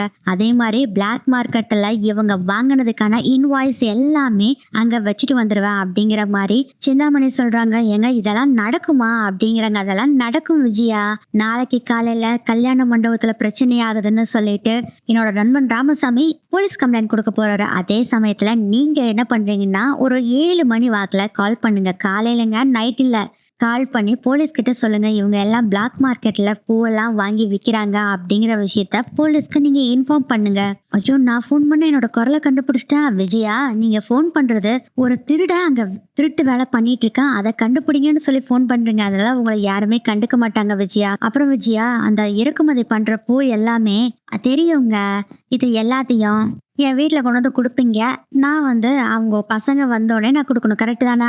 அதான் இல்லை விஜயா, அந்த பூ எல்லாத்தையும் முத்துவோட கடையில் நம்ம பசங்க நின்றுட்டு இருப்பாங்க, அவங்க கிட்ட கொடுத்துட்டு வந்துரு அப்படின்னு சொல்றாங்க. உங்க பசங்க நைட்டு 10 மணி 11 மணிக்கும் வருவானுங்க, நான் எப்படி கொடுக்க முடியும் அப்படின்னு சொல்றாங்க. அதான் கார்ல கூட்டிட்டு போறதுக்கு ஒரு ஆள் இருக்கான்னு சொல்றேன்ல, அவன் கூட்டிட்டு போவான் அப்படிங்கிற மாதிரி சொல்றாங்க சிந்தாமணி. சரி, நான் போறேங்க அப்படின்னு சொல்லிட்டு அந்த பூ பாக்ஸ் எல்லாம் பசங்களை கொண்டு வந்து கொடுக்க சொல்லுங்கன்ட்டு போயிடுறாங்க விஜயா. ராமசாமி கேக்குறாரு, இந்த மாதிரி எதுக்கு கூட்டு சேர்த்திட்டு இருக்க அப்படின்னு சொல்றாங்க. அதுக்கு சிந்தாமணி சொல்றாங்க, நான் மாட்டக்கூடாது, எப்படியாச்சு சிக்குனா அது விஜயா மட்டும்தான் மாட்டுவா. மாமியார் மருமகள் பிரச்சனைனால இது மாதிரி மாமியார் செஞ்சுட்டா அப்படின்னு போகுமே தவிர எனக்கு இந்த பிரச்சனைக்கும் சம்பந்தம் இல்லாம போயிடும், அதனாலதான் இதை பண்றான் அப்படிங்கிற மாதிரி சிந்தாமணி சொல்றாங்க. அதுக்கு ஆதாரம் வேணுமே அப்படின்னு சொல்றாரு ராமசாமி. அதுக்கு சிந்தாமணி சொல்றாங்க, ஐயா, ஆதாரம் இல்லாமையா இவ ஒவ்வொரு வேலையும் செய்யறப்பையும் அதுக்கான வீடியோவை நாங்க தனியா எடுத்து வச்சிருக்கோம். சப்போஸ் நாங்க மாற்ற மாதிரி இருந்ததுன்னா அந்த வீடியோவை நாங்க வெளிவிட்டுருவோம் அப்படின்னு சொல்றாங்க. அப்பா, நீ பயங்கரமான ஆள் தான் சிந்தாமணி. ஆக்சுவலா ராமசாமி யாருன்னா, பிளாக் மார்க்கெட்ல வெளிநாட்டுல இருந்து பூக்களை இம்போர்ட் பண்ணி விற்கிறவர் தான் இவரு. லைசன்ஸ் இல்லாத பூ, அதுக்கப்புறம் பிளாக் மார்க்கெட்ல விற்கக்கூடிய பூ, அப்புறம் போலியான இன்வாய்ஸ், இது எல்லாத்தையுமே இவர்கிட்ட இருந்து சிந்தாமணி வாங்கிட்டு வந்துடுறாங்க. எப்பயும் போல நம்ம விஜய கிட்ட இந்த பொருட்களை கொடுத்து வச்சிடறாங்க. மணி 11 ஆகுது. ஆனா நம்ம முத்து மீனா 2 பேரும் கல்யாண மண்டபத்துல இருந்து வேலையெல்லாம் செஞ்சுட்டு இருக்கனால வீட்டுல அவங்க இல்லாதனால ரொம்ப ஜாலியா செம்ம ஃப்ரீயா வேலை செஞ்சுட்டு இருக்காங்க. நம்ம விஜயா ஈஸியா வர்றாங்க, கதவை பூட்டிக்கிட்டு வெளியே போய் 11 மணி ஆயிடுச்சு, வெளியே போய் வெயிட் பண்ணிட்டு இருக்காங்க. அந்த பையனும் வர்றாங்க. சரி, இந்தா சிந்தாமணி கொடுத்தா பெர்ஃப்யூம் இந்த அப்படின்னு சொல்லி கொடுக்குறாங்க. அதையும் வீடியோ எடுத்துட்டு இருக்காங்க. அதுக்கப்புறம் அந்த பூவெல்லாம் எடுத்து கொடுக்குறாங்க ரவுடி கிட்ட, அதையும் வீடியோ எடுத்துக்கிறாரு. நான் வரலடா, நீங்க போயிட்டு வாங்க அப்படின்னு சொல்லி விஜயா சொல்றாங்க. என்னக்கா இப்படி சொல்றீங்க? அதான் பூவை கொடுத்தாச்சுல்ல, நீயே கொண்டு போய் அங்க கடையில வச்சுட்டு வந்துடு. அக்கா, நான்லாம் கடையில பூ வைக்கிறது இல்ல, வேற ஒருத்தர் தான் வைக்கிறாங்க, நீங்க வந்து கொடுங்கக்கா அப்படிங்கிறாங்க. என்னடா நீ, என்னடா நான் கொடுக்கலடா, நான் அங்க இங்க வந்து ஏதாச்சும் போலீஸ்கிட்ட மாட்டிட்டா வம்பு அப்படிங்கிறாங்க. அக்கா, மாஸ்க் போட்டுக்கக்கா, யாருக்கு தெரிய போகுது அப்படின்னு சொல்றாங்க. இதுவும் நல்ல ஐடியா தான் அப்படின்னு சொல்லிட்டு மாஸ்க் போட்டுக்கிட்டு இவங்களும் வந்து அந்த கடைக்கு முன்னாடி ஃபிளார்ஸ் எல்லாத்தையும் கொடுக்குறாங்க. அதை ஃபுல்லா இன்னொருத்தர் வீடியோ எடுத்துட்டு இருக்காரு. அதுக்கப்புறம் கார்ல கொண்டு வந்து வீட்டுல இறக்கி விட்டுறாங்க விஜயாவை. மீனா முத்து எல்லா வேலையும் முடிச்சுட்டு சமையலுக்கு வேண்டிய வேலையெல்லாம் அங்க பாத்துக்கிட்டு இருக்காங்க. ரொம்ப லேட் ஆகுது. சரி காலையில வந்துடலாம் அப்படின்னு சொல்லிட்டு மீனா முத்து வந்து 2 பேரும் இங்க தூங்க வந்துடுறாங்க. அந்த சமயத்துல ஸ்டேஜ்ல ஃபுல்லா இருக்கிற ஃபுட் டெக்கரேஷன் எல்லாத்துக்குமே அந்த கெமிக்கல் கலந்த ஸ்ப்ரேவா அடிச்சு விடுறாங்க. காலையில ஆகுறப்பயே பார்த்தா பயங்கரமா நாத்தம் அடிக்க ஆரம்பிக்குது. சமையல் வேலை நடந்துட்டு இருந்ததுல அதுல எல்லாத்துலயுமே சிந்தாமணியோட ஆட்கள், அப்புறம் ராமசாமி வீட்டு வேலைக்காரரோட கல்யாணம் தானே இது. அவரோட ஆட்கள் எல்லாம் சேர்ந்து ஃபுட்டுல எல்லாத்துலயுமே கரப்பாம்பூச்சி, பல்லி அது மாதிரி எல்லாத்தையும் போட்டு விட்டுறாங்க. அதுக்கப்புறம் மேக் ஓவர் பண்ண வந்தாங்கல்ல அந்த லேடிய இவங்க பிடிச்சிட்டு வேற ஒரு பியூட்டிஷியனை அனுப்பிச்சு விட்டுருக்காங்க. அவங்களும் கந்தரகோலம் பண்ணி வச்சிருக்காங்க. வேணும்னே அது மாதிரி பண்ணிருக்காங்க. ஒரு 5 மணிக்கு ஃபோன் கால் வருது மீனாவுக்கு. ஃபோன் எடுத்து பாக்குறாங்க. ராமசாமி தான் கூப்பிடுறாரு. என்னம்மா பண்ணி வச்சிருக்க நீ அப்படின்னு கண்ணா புண்ணான்னு திட்டுறாரு. ஒண்ணுமே புரியல, எங்க என்னமோ பேசுறாருங்க, எனக்கு ஒன்னும் புரியல, கண்டபடி திட்டுறாருங்க. ஐயா என்னாச்சுங்க ஐயா சொல்லுங்க அப்படிங்கிறாங்க. நீ கூட மீனா டாக்கி பேசுறேன்ட்டு, ஐயா என்னாச்சுங்க, என்ன ப்ராப்ளமா அப்படின்னு கேக்குறாரு முத்து. இந்த கல்யாணமே ப்ராப்ளம் தான், நீ முதல்ல வாங்க 2 பேரும் அப்படின்னு திட்டுறாரு. முத்து மீனா 2 பேரும் அடிச்சு புடிச்சு அங்கிருந்து ஓடுறாங்க. போகிற அவசரத்திலயும் அண்ணாமலை கிட்ட கூப்பிட்டு சொல்லிட்டு தான் போறாரு. அதெல்லாம் பார்த்து ரொம்ப சந்தோஷத்துல ஒர்க் அவுட் ஆயிடுச்சு பிளான் இருக்காங்க விஜயா. கல்யாண மண்டபத்துக்குள்ள நுழையும் போது அவ்வளவு நாத்தம் அடிக்குது. என்னது இது ஸ்மெல் எப்படி அடிக்குது அப்படின்ட்டு போகும்போது இந்த நாத்தம் பூரா இந்த பூல இருந்து தான் வருது. நீ என்னத்த பூவமா பண்ணி வச்சிருக்க அப்படின்னு கண்டபடி திட்டுறாங்க. அப்ப பார்த்தா ஒருத்தர் வராரு. ஐயா ஐயா காலையில டிஃபனுக்கு செஞ்ச சாம்பார்ல பல்லி இருக்குதுயா, ஐயா சட்னியில கரப்பாம்பூச்சி இருக்குதுயா அப்படின்ட்டு ஆளாளுக்கு வர்றாங்க. இதுல வேற ஒரு பொண்ணு ஓடி வருது. ஐயா பொண்ணுக்கு பயங்கர கந்தரகோலமா மேக்கப் பண்ணி விட்டுருக்காங்க ஐயா அப்படின்னு அதை வேற புலம்புறாங்க. என்ன நடக்குது இங்கிட்ட தெரியல, அப்படி மண்டைய பிச்சுக்கிறாரு முத்து. ஐயா இது வேற ஏதோ பிரச்சனையா இருக்குங்க ஐயா, இதை நான் உங்களுக்கு சரி பண்றேன் அப்படின்னு சொல்றாங்க. நீ ஒண்ணுமே சரி பண்ண வேண்டாம், நான் போலீஸ் கம்ப்ளைண்ட் கொடுக்க போறேன் அப்படின்னு சொல்றாங்க. ஐயா இல்லையா இதெல்லாம் பார்த்து செஞ்சுக்கலாம், இது வேற ஏதோ சதி நடந்திருக்கு அப்படின்னு சொல்றாரு முத்து. அதெல்லாம் எதுவுமே கேட்கல. நேரா போலீஸ்க்கு கால் பண்றாங்க. இந்த விஷயத்த பூரா சொல்றாரு ராமசாமி. போலீஸும் வர்றாங்க, எல்லாத்தையும் செக் பண்றாங்க. அதுக்கப்புறம் ஃபுட் டிபார்ட்மெண்ட்ல இருந்து எல்லாம் வந்து செக் பண்றாங்க. அதுக்குள்ள மணி 6-7 மணி ஆயிடுது. கரெக்டா 7 மணி ஆனோடனே ஃபோன் பண்ண சொல்லியிருக்காங்கல்ல விஜயாவை சிந்தாமணி. 7 மணி ஆனோடனே போலீஸ் ஸ்டேஷனுக்கு கால் பண்ணி மீனாவோட கடை பேரை சொல்லி அந்த கடையில பிளாக் மார்க்கெட்ல இருந்து வாங்கின பூ இருக்கு, அதே மாதிரி இல்லீகலா இம்போர்ட் பண்ண பூக்களும் இருக்கு அப்படின்னு சொல்றாங்க. சரி நான் பாத்துக்கிறேம்மா அப்படின்ட்டு போலீஸ் போனை வச்சிடறாங்க. அதே மாதிரி அப்புறம் அந்த கடைக்கு முன்னாடி போலீஸ் வந்து நிக்கிறாங்க. மீனாக்கு கால் பண்றாங்க. மீனா தான் இந்த பிரச்சனை போயிட்டு இருக்கனால மீனா போனை அட்டன் பண்ணவே இல்லை. இதுல வேற மீனாவை அரெஸ்ட் பண்றேன்னு சொல்லி வேற போலீஸ் சொல்றாங்க. அதனால பயங்கர டென்ஷன்ல இருக்காரு முத்து. மீனாவோட கடை போர்டுலயே ஃப்ரெண்டு போன் நம்பர் போட்டிருக்கு, மீனாவோட போன் நம்பர், அதுக்கப்புறம் முத்துவோட போன் நம்பர் போட்டிருக்கு. அந்த போலீஸ் முத்துவோட போனுக்கு கால் பண்றாங்க. மறுபடியும் அந்த இன்ஸ்பெக்டர் கூப்பிட்டுக்கிட்டே இருக்காரு. அதனால போனை அட்டன் பண்ணி ஹலோ யாருதுங்க, நான் அப்புறம் பேசுறேங்க, இங்க ஒரு பிரச்சனை போயிட்டு இருக்கு அப்படின்னு முத்து சொல்றப்ப, எப்பா நிறுத்து, உன் கடை முன்னாடி தான் நாங்க நிக்கிறோம், நாங்க போலீஸ் தான், உங்க கடையில ஒரு கம்ப்ளைண்ட் வந்திருக்கு, வந்து கடை திறங்க அப்படிங்கிறாங்க. ஐயா இப்ப எல்லாம் திறக்க முடியாதுங்க, இங்க பயங்கர பிரச்சனை போயிட்டு இருக்கு அப்படின்னு முத்து சொல்ற. அதுக்குள்ள மீனாவை அரெஸ்ட் பண்ணி கூட்டிட்டு போறாங்க. மீனாவும் முத்து கூப்பிட்டுட்டே இருக்காங்க. திரும்பி பாக்குறாங்க, பார்த்தா மீனாவை அரெஸ்ட் பண்ணி கூப்பிட்டு இருக்காங்க. சார் சார் உங்களை அப்புறம் கூப்பிடுறேன் சார் அப்படின்ட்டு போனை கட் பண்ணிட்டு மீனான்ட்டு முத்துவும் ஓடுறாரு. அதுக்குள்ள மீனாவை ஜீப்ல ஏத்தி கூட்டிட்டு போயிடுறாங்க. முத்து ஒரு பக்கம் செம்ம டென்ஷன்ல இருக்காங்க. அங்க கடையில வேற என்ன பிரச்சனைன்னு தெரியலையேன்னு சொல்லிட்டு செல்வத்துக்கு கால் பண்ணி கடையில போய் என்னன்னு பாருன்னு சொல்லிட்டு மறுபடியும் இன்ஸ்பெக்டருக்கு கால் பண்றாங்க. பார்த்தா கடையை உடைச்சிட்டு இருக்காங்க. சார் சார் ஒண்ணு இல்ல சார், நான் வந்துடுறேன் இருங்க சார் அப்படின்னு சொல்லிட்டு ரவிக்கு போற வழியிலே கால் பண்ணி என்ன பிரச்சனைன்னு தெரியல, நீ ஸ்டேஷன்ல போய் பாரு, நான் கடையை போய் பாக்குறேன் அப்படின்னு சொல்றாங்க. சரி நான் பாத்துக்கிறேன்டா விடுற, நான் அண்ணி போய் நான் பாக்குறேன் அப்படின்னு சொல்லிட்டு வேகமா வந்துட்டு இருக்காரு. ரவி வேகமா போறத பார்த்துட்டு அண்ணாமலை கேக்குறாரு, டே ரவி என்னாச்சுடா அப்படிங்கவும் விஷயத்த பூரா சொல்றாரு. ரவி பதறி போயிடுறாரு. அண்ணாமலை நானும் வர்றேன் அப்படின்னு சொல்றாங்க. இல்லப்பா நீங்க இங்க இருங்க, நானும் ஸ்ருதியும் பார்த்துட்டு வர்றோம் அப்படின்னு சொல்லிட்டு ஸ்ருதி ரவி 2 பேரும் அங்கிருந்து கிளம்புறாங்க. இது எல்லாத்தையும் பார்த்து ரொம்ப சந்தோஷப்பட்டுட்டு இருக்காங்க விஜயா. முத்து கடைக்கு போறாங்க. அதுக்குள்ள கடை எல்லாத்தையுமே உடைச்சிடுறாங்க. உள்ள போய் செக் பண்ணி பாக்குறப்போ பார்த்தா போலியான இன்வாய்ஸ் இருக்கு. அதுக்கப்புறம் பிளாக் மார்க்கெட்ல இருந்து வாங்கின பூ, அப்புறம் இல்லீகலா வெளிநாட்டுல இருந்து கொண்டு வந்த பூ, இதுக்கெல்லாம் நிறைய இருக்கு. இது எல்லாத்தையுமே பறிமுதல் பண்ணிடுறாங்க. போலீஸ் எடுத்து கொண்டு வந்து எல்லாம் வெளியே வைக்கிறாங்க. அதுக்குள்ள பிரஸ்ல இருந்து வேலை ஆள்களா நிறைய வந்துடுறாங்க. முத்து பாக்குறாரு, என்னடா நடந்துட்டு இருக்கு சார், இந்த பூலாம் நாங்க வாங்கவே இல்லை சார், ஓ அப்படியா? அப்புறம் எப்படி இந்த இன்வாய்ஸ் உங்க கடை டேபிள்ல இருந்தது அப்படின்னு இன்ஸ்பெக்டர் கேட்குறாரு. அந்த இன்வாய்ஸ வாங்கி பார்த்துட்டு, சார் சார் இதெல்லாம் நாங்க எதுவுமே செய்யல சார். நாங்க எல்லாமே லீகலா தான் செஞ்சுட்ருக்கோம். வேற யாரோ இந்த வேலைய பண்ணியிருக்காங்க அப்படின்னு சொல்றாரு முத்து. சரி தம்பி, இந்த சாவி கடை சாவி யார்கிட்ட இருந்தது? என்கிட்ட தான் சார் இருந்தது. அப்புறம் எப்படி இந்த கடை ஏதாச்சும் உடைஞ்சிருந்ததா? நீ சொல்ற மாதிரியே வச்சுக்கலாம். யாரோ ஒருத்தர் தெரியாம கொண்டு வந்து வச்சாங்கன்னா எப்படி உள்ளுக்குள்ள போக முடியும்? ஒண்ணு பூட்டை திறந்துட்டு உள்ள போகணும், இல்லாட்டி பூட்டை ஒட்டச்சு உள்ள போகணும். ரெண்டுமே இல்ல. கடை நாங்க வர்றப்போ நார்மலா தான் இருந்தது. உங்ககிட்ட தான் சாவி இருக்குன்னு சொல்ற. அதை நீ தான் பண்ணிருப்பீங்க. உன் சம்சாரத்தை கூப்பிட்டு நான் அரெஸ்ட் பண்ணி கூட்டிட்டு போகணும் அப்படின்னு சொல்றாங்க. சார் அவ ஏற்கனவே போலீஸ் ஸ்டேஷன்ல தான் இருக்கா அப்படின்னு சொல்றாரு முத்து. போலீஸ் ஸ்டேஷன்ல இருக்காளா? என்னாச்சு அப்படியும் இந்த கல்யாண மண்டபத்துல கொஞ்சம் பிரச்சனை அப்படின்னு இப்ப தெரியுது. அங்கேயே உங்க வேலையை ஸ்டார்ட் பண்ணிட்டீங்களா? விட மாட்டேன்டா உன் சம்சாரத்தை. இதுல நீயும் இன்வால்வ் ஆயிருக்கேன்னு தெரிஞ்சதுன்னு வச்சுக்கோ, அவ்வளவுதான் அப்படின்னு சொல்லிட்டு அந்த பூ எல்லாம் பறிமுதல் பண்ணாங்கல்ல, அது எல்லாத்தையும் எடுத்துட்டு அங்க இருந்து இன்ஸ்பெக்டர் அந்த டீமே போயிடுறாங்க. என்ன பண்றதுலே தெரியல. முத்துக்கு பயங்கர குழப்பத்துல இருக்காங்க. ரவி கரெக்டா கால் பண்றாங்க. போலீஸ் ஸ்டேஷன்ல வந்துட்டேன், நான் வக்கீல கூப்பிட்டுருக்கேன், அவர் வந்து எப்படியாச்சும் ஜாமீன் எடுக்க முடியுமான்னு பாக்கலாம் முத்தோ அப்படின்னு சொல்றாங்க. இங்கேயும் பெரிய பிரச்சனை அப்படின்னு நடந்த விஷயத்த பூரா சொல்றாங்க. டே என்னடா நடந்துட்டு இருக்கீங்க? அதாண்டா எனக்கும் ஒன்னும் புரியல. யாரோ ஒருத்தர் நம்மளை வச்சு செஞ்சுக்கிட்டு இருக்காங்கன்னு மட்டும் நல்லா தெரியுதுடா அப்படின்னு சொல்றாரு முத்து. நீ முதல்ல போலீஸ் ஸ்டேஷனுக்கு வா, நம்ம அப்புறம் எல்லாம் பேசிக்கலாம் அப்படின்னு சொல்றாங்க. இங்க பறிமுதல் பண்ணாங்கல்ல பூ, அது எல்லாமே மீனாவை அரெஸ்ட் பண்ணாங்கல்ல, அந்த போலீஸ் ஸ்டேஷனுக்கு தான் கொண்டு வந்திருக்காங்க. முத்து வரதுக்குள்ள அங்க வக்கீல் வந்துடுறாரு. அவரும் ஜாமீனுக்காக எவ்வளவோ போராடி பாக்குறாங்க. மீனாவை ஜாமீன் எடுக்க முடியாது, இன்னும் ஒரு அரை மணி நேரத்துல கோர்ட்டுக்கு கூட்டிட்டு போயிருவோம், எஃப்ஐஆர் ஃபைல் பண்ணியாச்சு அப்படிங்கிற விஷயத்த சொல்றாங்க. முத்து செம்ம டென்ஷன் ஆகிறாரு. என்னடா இது இப்படி ஆயிட்டு இருக்கு அப்படின்னு சொல்றாரு. என்னடா என்னன்னு பாக்கலாம் அப்படின்னு சொல்றாங்க. அதுக்குள்ள அண்ணாமலை வந்துறாரு. என்னடா நடக்குது இங்க அப்படின்னு பதட்டமா கேக்குறாங்க.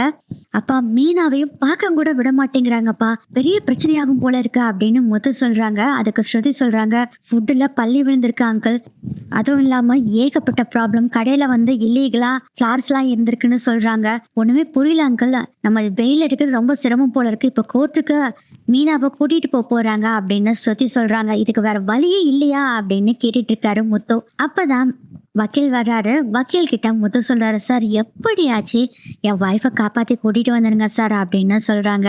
அதுக்கு வக்கீல் சொல்றாரு, தம்பி முடிஞ்ச அளவுக்கு முயற்சி பண்ணலாம், கொஞ்சம் பணம் செலவாகும், பணம் எப்படினாலும் பரவாயில்ல சார் அப்படிங்கிறாங்க. ஸ்ருதி சொல்றாங்க, பணத்துல ஏதாச்சும் ப்ராப்ளம்னா சொல்லுங்க, நான் உடனே எடுத்து கொடுக்குறேன் அப்படின்னு சொல்றாங்க. பலகுரல என்கிட்ட கொஞ்சம் காசு இருக்கு, நான் பத்தலைன்னா உங்ககிட்ட கேட்குறேன் அப்படின்னு சொல்றாரு. அண்ணாமலை சொல்றாரு, டே காசு வேணும்னா சொல்லுடா, நான் பைசா எடுத்து கொண்டு வந்து தர்றேன் அப்படின்னு சொல்றாரு. வேணாப்பா பார்க்கலாம் அப்படின்னு சொல்லும் போதே மீனாவை கோர்ட்டுக்கு கூட்டிட்டு போறாங்க. முத்துக்கு ஒண்ணுமே புரியல. என்னடா இது, இப்பதான் போலீஸ் ஸ்டேஷனுக்கு கூட்டிட்டு வந்தாங்க, ஹாஃப் அன் ஹவரும் கூட ஆகல, அதுக்குள்ள மீனாவை கோர்ட்டுக்கு கூட்டிட்டு போறேன்னு சொல்றாங்க. இது ஏதோ எல்லாமே நேச்சுரலா நடக்கிற மாதிரி தெரியல, பின்னாடி யாரோ இருக்கிறாங்க அப்படிங்கறத முத்து கொஞ்சம் கொஞ்சமா உணர ஆரம்பிக்கிறாரு. மீனா முத்துவை பார்த்து, என்னங்க என்னை எப்படியாச்சு அப்படின்னு சொல்லும் போதே, நீ கவலைப்படாத மீனா, உனக்கு நான் இருக்கேன், உன்னை நான் கூட்டிட்டு வந்துடுவேன், டோன்ட் வரி அப்படின்னு சொல்லும் போதே லேடி கான்ஸ்டபிள் வர்றாங்க. நீங்களா இப்படி பேசக்கூடாது வாங்க அப்படின்னு சொல்லி போய் வண்டியில ஏத்திட்டு அங்க இருந்து கிளம்புறாங்க. நம்மளும் எல்லாம் கோர்ட்டுக்கு போலாம் வாங்க அப்படின்னு சொல்லி போகும்போது ஒரு ஃபோன் கால் வருது. பார்த்தா சத்யா தான் கூப்பிடுறாரு. சத்யா கிட்ட இந்த விஷயத்த சொல்லக்கூடாதுன்னு சொல்லிட்டு சத்யா போனை கட் பண்றாங்க. மறுபடியும் சத்யா சீதா எல்லாம் கால் பண்றாங்க. ஓ விஷயம் தெரிஞ்சிருச்சு போல இருக்கு அப்படின்னு சொல்லிட்டு, சொல்லு சத்யா அப்படிங்கும் போதே, மாமா என்ன நடந்துட்டு இருக்கு மாமா, சோசியல் மீடியா பூரா அக்கா தான் வைரல் ஆகி இருக்கா அப்படின்னு சொல்றாங்க.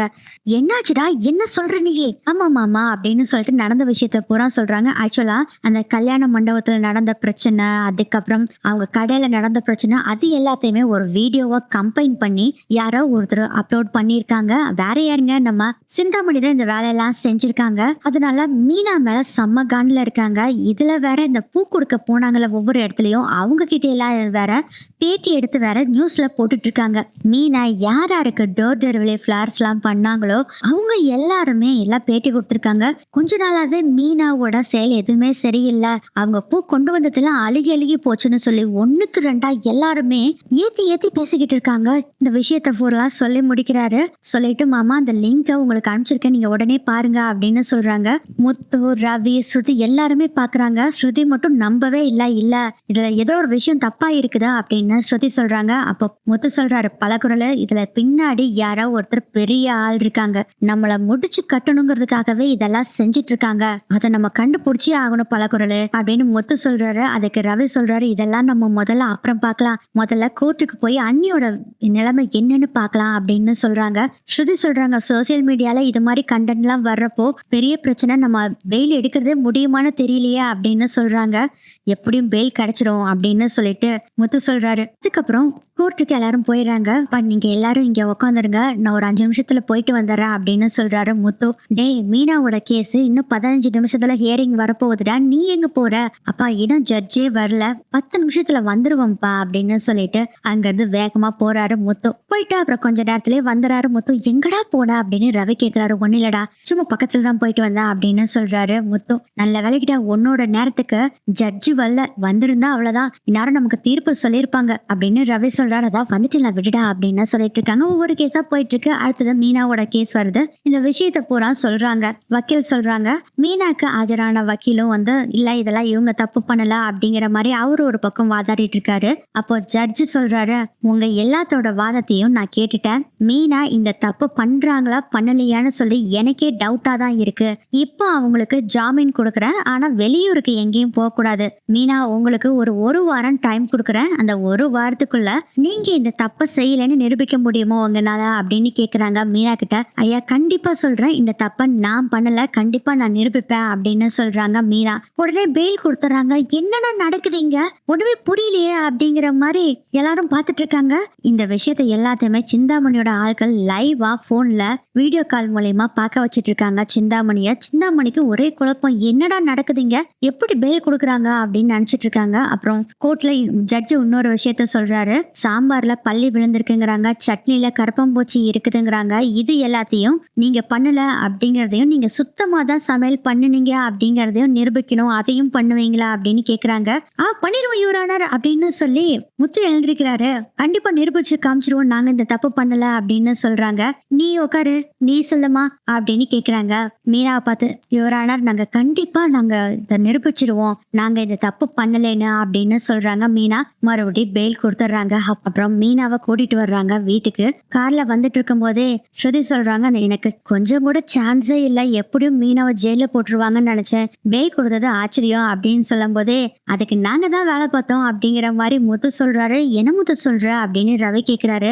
ஆமாண்டா அப்படின்னு சொல்லி அப்படியே பிளாஷ்பேக் போகுது. ஒரு 10 நிமிஷத்துக்குள்ள வந்துடுறப்பா அப்படின்னு சொல்லிட்டு போனார்ல, ஜட்ஜை பார்க்க தான் முத்து போயிருக்காரு. ஜட்ஜை ஏற்கனவே முத்துக்கு தெரியும். ஜட்ஜு ஒரு நாள் வெளியூர் போயிட்டு இருக்கப்ப கார் ரிப்பேர் ஆயிடுது. அப்போ முத்து தான் அவரோட கார்ல கூட்டிட்டு போவாரு. ஜட்ஜுக்கு முத்து பேசுனது ரொம்ப ரொம்ப பிடிச்சு போச்சு. முத்து ரொம்ப நேர்மையான ஆளு அப்படிங்கறத தெரிஞ்சுக்கிறாரு ஜட்ஜும். அதுக்கப்புறம் அடிக்கடி அவங்க பொண்ணு அவங்க பசங்க ஸ்கூல் காலேஜுக்கு போறதுக்கு டிரைவர்ஸ் எல்லாம் லீவ் எடுத்துட்டாங்கன்னா முத்துவை தான் கூப்பிட்டு அவர் கார்ல தான் அனுப்புவாங்க. ஏன்னா அவர் தான் பாதுகாப்பா கூட்டிட்டு வருவாங்க. முத்து மேல நம்பிக்கை இருக்கனால ஜட்ஜி இவருன்னு முத்துவும் தெரிஞ்சுக்கிட்டனால ஜட்ஜி கிட்ட போய் முத்து நடந்த விஷயத்தெல்லாம் சொல்றாங்க. ஜட்ஜி கிட்ட போய் சொல்றாங்க, சார் 2 நாளா பூ அழகிதான் இருந்தது சார், இந்த கடைய ஆர்டர் எடுத்ததுல இருந்து தான் இந்த பிரச்சனை அப்படிங்கிற மாதிரி விஷயத்த நடந்தது எல்லாத்தையுமே சொல்றாரு முத்து. அதை கேட்டுட்டு முத்து, நீ ரொம்ப நேர்மையான ஆள், அதனால உன் மனைவியும் நேர்மையா தான் இருப்பாங்கன்னு எனக்கு கண்டிப்பா தெரியும். சோ நான் பெயில் கொடுக்குறேன், ஒரு வாரத்துல நீ எப்படியாச்சு உன்னோட மனைவி குற்றவாளி இல்லைங்கிறத நீ நிரூபிக்கணும் அப்படின்னு சொல்றாங்க. சார் என்னோட மனைவி குற்றவாளி இல்லைன்னு கண்டிப்பா நான் நிரூபிப்பேன் அப்படின்னு சொல்லி முத்து சொல்லியிருப்பார். அதனால பெயில் கொடுத்துறாரு ஜட்ஜ். ஆனா அங்க இருக்கிற ரிப்போர்ட்டர்ஸ்லாம் சோசியல் மீடியால இது மாதிரி ப்ராப்ளம்லாம் வந்திருக்கு, நீங்க எப்படி பெயில் கொடுக்கலாம் அப்படின்னு சொல்லி ஜட்ஜு கிட்ட பேட்டி எடுக்கிறாங்க. அப்போ அந்த ஜட்ஜ் சொல்றாரு, இதுக்கு பின்னாடி ஏதோ ஒரு உள்நோக்கம் இருக்கு, இவங்க செயல வேற யாரோ செஞ்சிருக்காங்கன்னு எனக்கு டவுட்டா இருக்கு, அதனாலதான் அவங்களுக்கு ஒரு வாரம் அவகாசம் கொடுத்துருக்கேன் அப்படின்னு ஜட்ஜு சொல்லிட்டு கிளம்பிடுறாங்க. முத்துவும் நடந்த விஷயத்த ஃபுல்லா சொல்லி முடிக்கிறாரு. கார்ல வந்துட்டு இருக்கும் போது, டே சூப்பர்டா அப்படின்னு சொல்றாரு. டே நம்ம பெயில்ல எடுத்ததெல்லாம் பிரச்சனை இல்லடா, முதல்ல இந்த தப்பை நம்ம செய்யலேன்னு நிரூபிக்கணும் அப்படின்னு முடிவு பண்றாங்க. மீனா சொல்றாங்க, நேரா கடைக்கு விடுங்க அப்படின்னு சொல்றாங்க. இல்ல மீனா அப்படிங்கும் போதே, நீங்க கடைக்கு விடுங்க முதல்ல அப்படின்னு சொல்றாங்க. அந்த ஃப்ளவர் ஷாப் இருக்குல்ல, அங்க கொண்டு போய் மீனாவை இறக்கி விடுறாரு முத்து.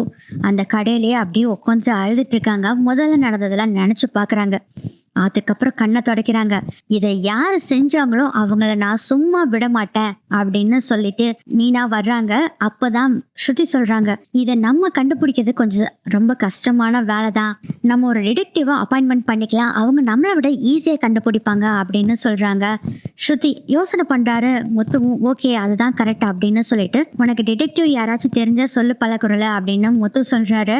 மீனா சொல்றாங்க, இது எல்லாத்துக்கும் முன்னாடி எனக்கு ஒரு டவுட் இருக்கு, இது எல்லாத்தையும் சிந்தாமணி தான் பண்ணிருப்பான்னு நினைக்கிறேன் அப்படின்னு சொல்றாங்க மீனா. நானும் அதே தான் மீனா நினைச்சேன் அப்படின்னு முத்து சொல்றாரு.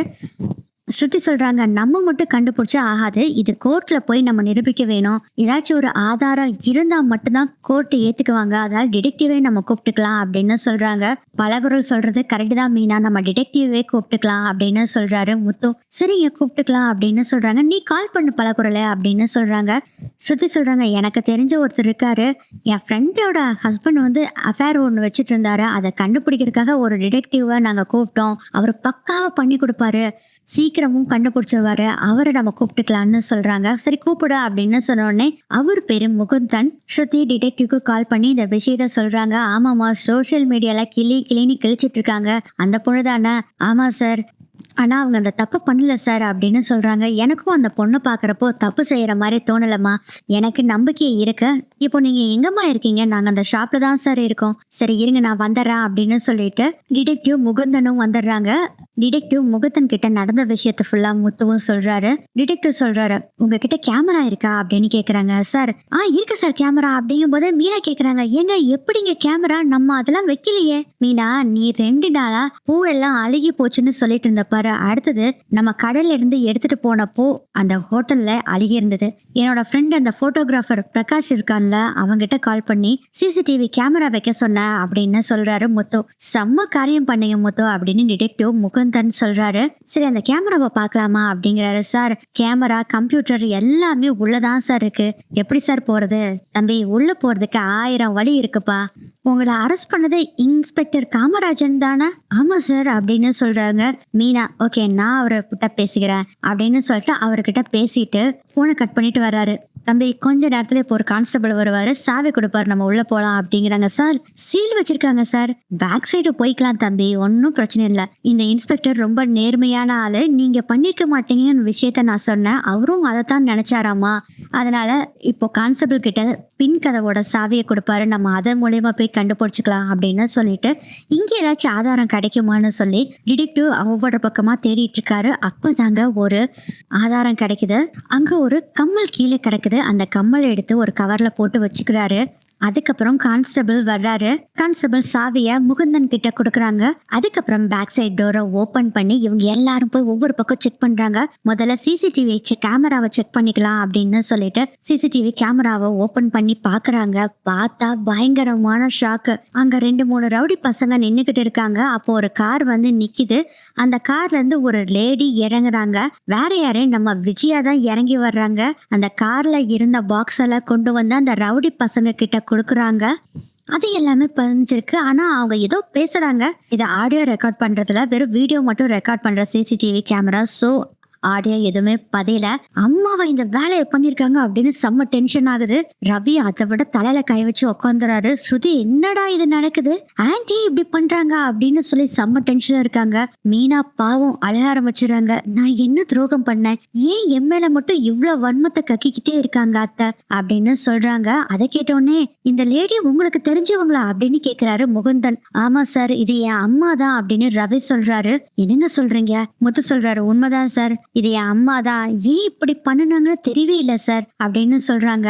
என்னங்க உங்க வீட்டுக்குள்ளே இப்படி ஒரு எதிரியை வச்சுக்கிட்டு நீங்க எப்படிங்க முன்னுக்கு வர முடியும் அப்படின்னு முகுந்தன் சொல்லிட்டு, ஒரு நிமிஷம் வெயிட் பண்ணுங்க அப்படின்னு சொல்லி எவிடன்ஸ் எல்லாம் எடுத்து வச்சிருக்காருல, அந்த பாக்ஸ்ல இருந்து அந்த கவர் கம்மல் இருந்ததுல அந்த கவர் எடுத்து, இந்த கம்மல் யாரோடதுன்னு தெரியுமா அப்படின்னு கேக்குறாங்க. இது என் அத்தையோட கம்மல் அப்படின்னு சொல்றாங்க மீனா. அதுக்கப்புறம் என்ன பண்றாங்கன்னா ஜூம் பண்ணி பாக்குறாங்க அந்த வீடியோவை. அந்த கம்மலை பாக்குறாங்க, அது விஜயோட கம்மல் அப்படிங்கறது தெரிய வருது. வர வரப்போ 2 கம்மல் இருக்கு, போறப்ப பார்த்தா ஒரு கம்மல் கீழே விழுந்துருது. ஒரு கம்மலோட தான் ஏறி போறாங்க விஜயா. கார்ல அங்க இருந்து விஜயா போயிடுறாங்க. அம்மா இந்த தப்ப பண்ணுவாங்கன்னு நீ நினைச்சும் கூட பார்க்கலடா முத்து அப்படின்னு ரவி சொல்றாரு. நான் மட்டும் நினைச்சா பார்த்தேன், இப்படி எல்லாம் நினைப்பாங்கன்னு நீ நினைக்கவே இல்லடா. மீனாவை பிடிக்காத உண்மைதான், அதுக்காக இப்படி எல்லாம் செய்வாங்கன்னு நினைக்கவே இல்லை நானா அப்படின்னு சடிச்சிட்டு இருக்காரு முத்து. முகுந்தன் மறுபடியும் அந்த வீடியோவை திருப்பி திருப்பி போட்டு பார்த்துக்கிட்டே இருக்காரு. அப்போ முத்துக்கிட்ட சொல்றாரு, இது உன் அம்மா மட்டும் பண்ணல முத்து, இதுக்கு பின்னாடி வேற யாரோ ஒருத்தங்க இருக்காங்க. எப்படி சார் சொல்றீங்க? ஆமாப்பா, ஏன்னா இந்த ரவுடி பசங்க எல்லாம் பிடிக்கிற அளவுக்கு உங்க அம்மாக்கு கண்டிப்பா திறமை இருக்காது. அது மட்டும் இல்லாம இந்தியாவிலேயே இம்போர்ட் பண்ணக்கூடாது அப்படின்னு சொல்லி பேன் பண்ணி வச்ச சில ஃப்ளவர்ஸ் எல்லாமே இந்த கடையில இருந்திருக்கு. அது மட்டும் இல்லாம பிளாக் மார்க்கெட்ல விற்கக்கூடிய ஃப்ளவர்ஸ் எல்லாமே இங்க இருந்திருக்கு, வித் இன்வாய்ஸோட இருந்திருக்கு. ஸோ உங்க அம்மாக்கு இவ்வளவு நுணுக்கமான வேலையை ஒரு சாமானியனால பண்ணவே முடியாது. கண்டிப்பா இதுலயே ஊறி போன ஒருத்தவங்க தான் பண்ணிருப்பாங்க அப்படிங்கிற விஷயத்த முகுந்தன் சொல்றாங்க. அப்போ மீனா சொல்றாங்க, சார் எனக்கு ஆரம்பத்துல இருந்தே ஒரு டவுட் இருக்கு சார். என்னோட எதிரி ஒருத்தங்க இருக்காங்க, அவங்க சிந்தாமணி. எப்படி நான் சொல்றேன்னா, அத்தையும் சிந்தாமணியும் சேர்ந்து ஒரு தடவை ஸ்டேஜ அலங்காரம் பண்ண போனப்போ என்னை தடுக்கிறதுக்காக என் அத்தையே கை பிடிச்சுக்கிட்ட மாதிரி என்ன ஒரு நாள் ஃபுல்லா இருக்க வச்சுட்டாங்க. நான் வீடியோ கால் பண்ணி தான் எல்லாமே சரி பண்ணேன். அதுக்கப்புறம் தான் தெரிஞ்சது சிந்தாமணியும் என் அத்தையும் பேசிக்கிட்டு இருந்ததை கேட்டேன். இவங்க 2 பேரும் கூட்டு களவாணி மாதிரி களவாணித்தனம் பண்ணி தான் இந்த வேலையை பண்ணாங்க. ஸோ எனக்கு டவுட்டா இருக்கு சார், சிந்தாமணி இதுக்கு உடனே இருப்பாங்களோன்னு அப்படின்னு சொல்றாங்க மீனா. ஆமா சார், அவங்க சொல்றதும் உண்மைதான் சார். அவங்க வில்லாதி வில்லி சார், அவங்க பண்றதுக்கும் சான்ஸ் இருக்கு அப்படிங்கிறாங்க. சரி உங்க வீட்டுக்கு நேரா போலாம் வாங்க அப்படின்னு சொல்லிட்டு அந்த சிசிடிவி கேமரா ஃபுட்டேஜ் எடுத்துக்கிட்டு முகுந்தன் இவங்க எல்லாருமே முத்துவோட வீட்டுக்கு போறாங்க. ரொம்ப சந்தோஷத்துல கால் மேல கால் போட்டுக்கிட்டு ஒரு காமெடி சேனல்ல காமெடி டிராமா பார்த்துக்கிட்டு சிரிச்சுக்கிட்டே ஸ்நாக்ஸ் சாப்பிட்டுட்டு இருக்காங்க. அப்பதான் அண்ணாமலை வீட்டுக்கு வர்றாரு. ஆக்சுவலா அண்ணாமலை இவங்க வர்ற வழியிலே பாதையிலே இறங்கி இருப்பாரு. அவருக்கு படபடன்னு ஒரு மாதிரி இருக்குது, நான் போய் மாத்திரை சாப்பிட்றேன்னு வீட்டுக்கு வந்திருப்பாரு. இப்பதான் வீட்டுக்கு வந்து சேராரு அண்ணாமலை. விஜயா இருக்கிறத பார்த்துட்டு, ஏன் விஜயா உனக்கு கொஞ்சம் கூட கேவலமாவே இல்லையா, அசிங்கமா இல்ல, இவ்வளவு சந்தோஷமா இருக்கு, அங்க முத்துவும் மீனா அவ்வளவு படாத பாடு பட்டுட்டு இருக்காங்க, நீ எப்படி இருக்கியா அப்படின்னு சொல்லும் போதே மனோஜ் சொல்றாரு, அப்பா இவ்வளவு பெரிய கோல்மாலை பண்ணிருக்காங்க, அப்புறம் என்னப்பா பண்ணுவாங்க, போலீஸ் புடிச்சிட்டு போகதான் செய்யும் அப்படின்னு சொல்லும் போதே மீனாவை பெயில எடுத்தாச்சு. அவ தப்பு பண்ணிருக்க மாட்டான்னு ஜட்ஜே நம்புறாங்க. ஆனா வீட்டுல இருக்க நீங்க நம்ப மாட்டேங்கிறீங்களா அப்படின்னு திட்டாரு. என்ன பெயில எடுத்தாச்சா அப்படின்னு சொல்லி அதிர்ச்சியா விஜயா பாக்குறாங்க. அதை பார்த்துட்டு அண்ணாமலை சொல்றாரு, என்ன விஜயா அவ அப்படியே ஜெயிலே இருந்துருவான்னு நினைச்சிட்டு இருந்தியா அப்படின்னு சொல்றாங்க. இது உடனே நம்ம சிந்தாமணி கிட்ட சொல்லணுமே அப்படின்னு நினைக்கிறாங்க விஜயா. கரெக்டா முத்தும் மீனா எல்லாரும் வந்துடுறாங்க. கூடவே முகுந்தனும் வந்திருக்காங்க.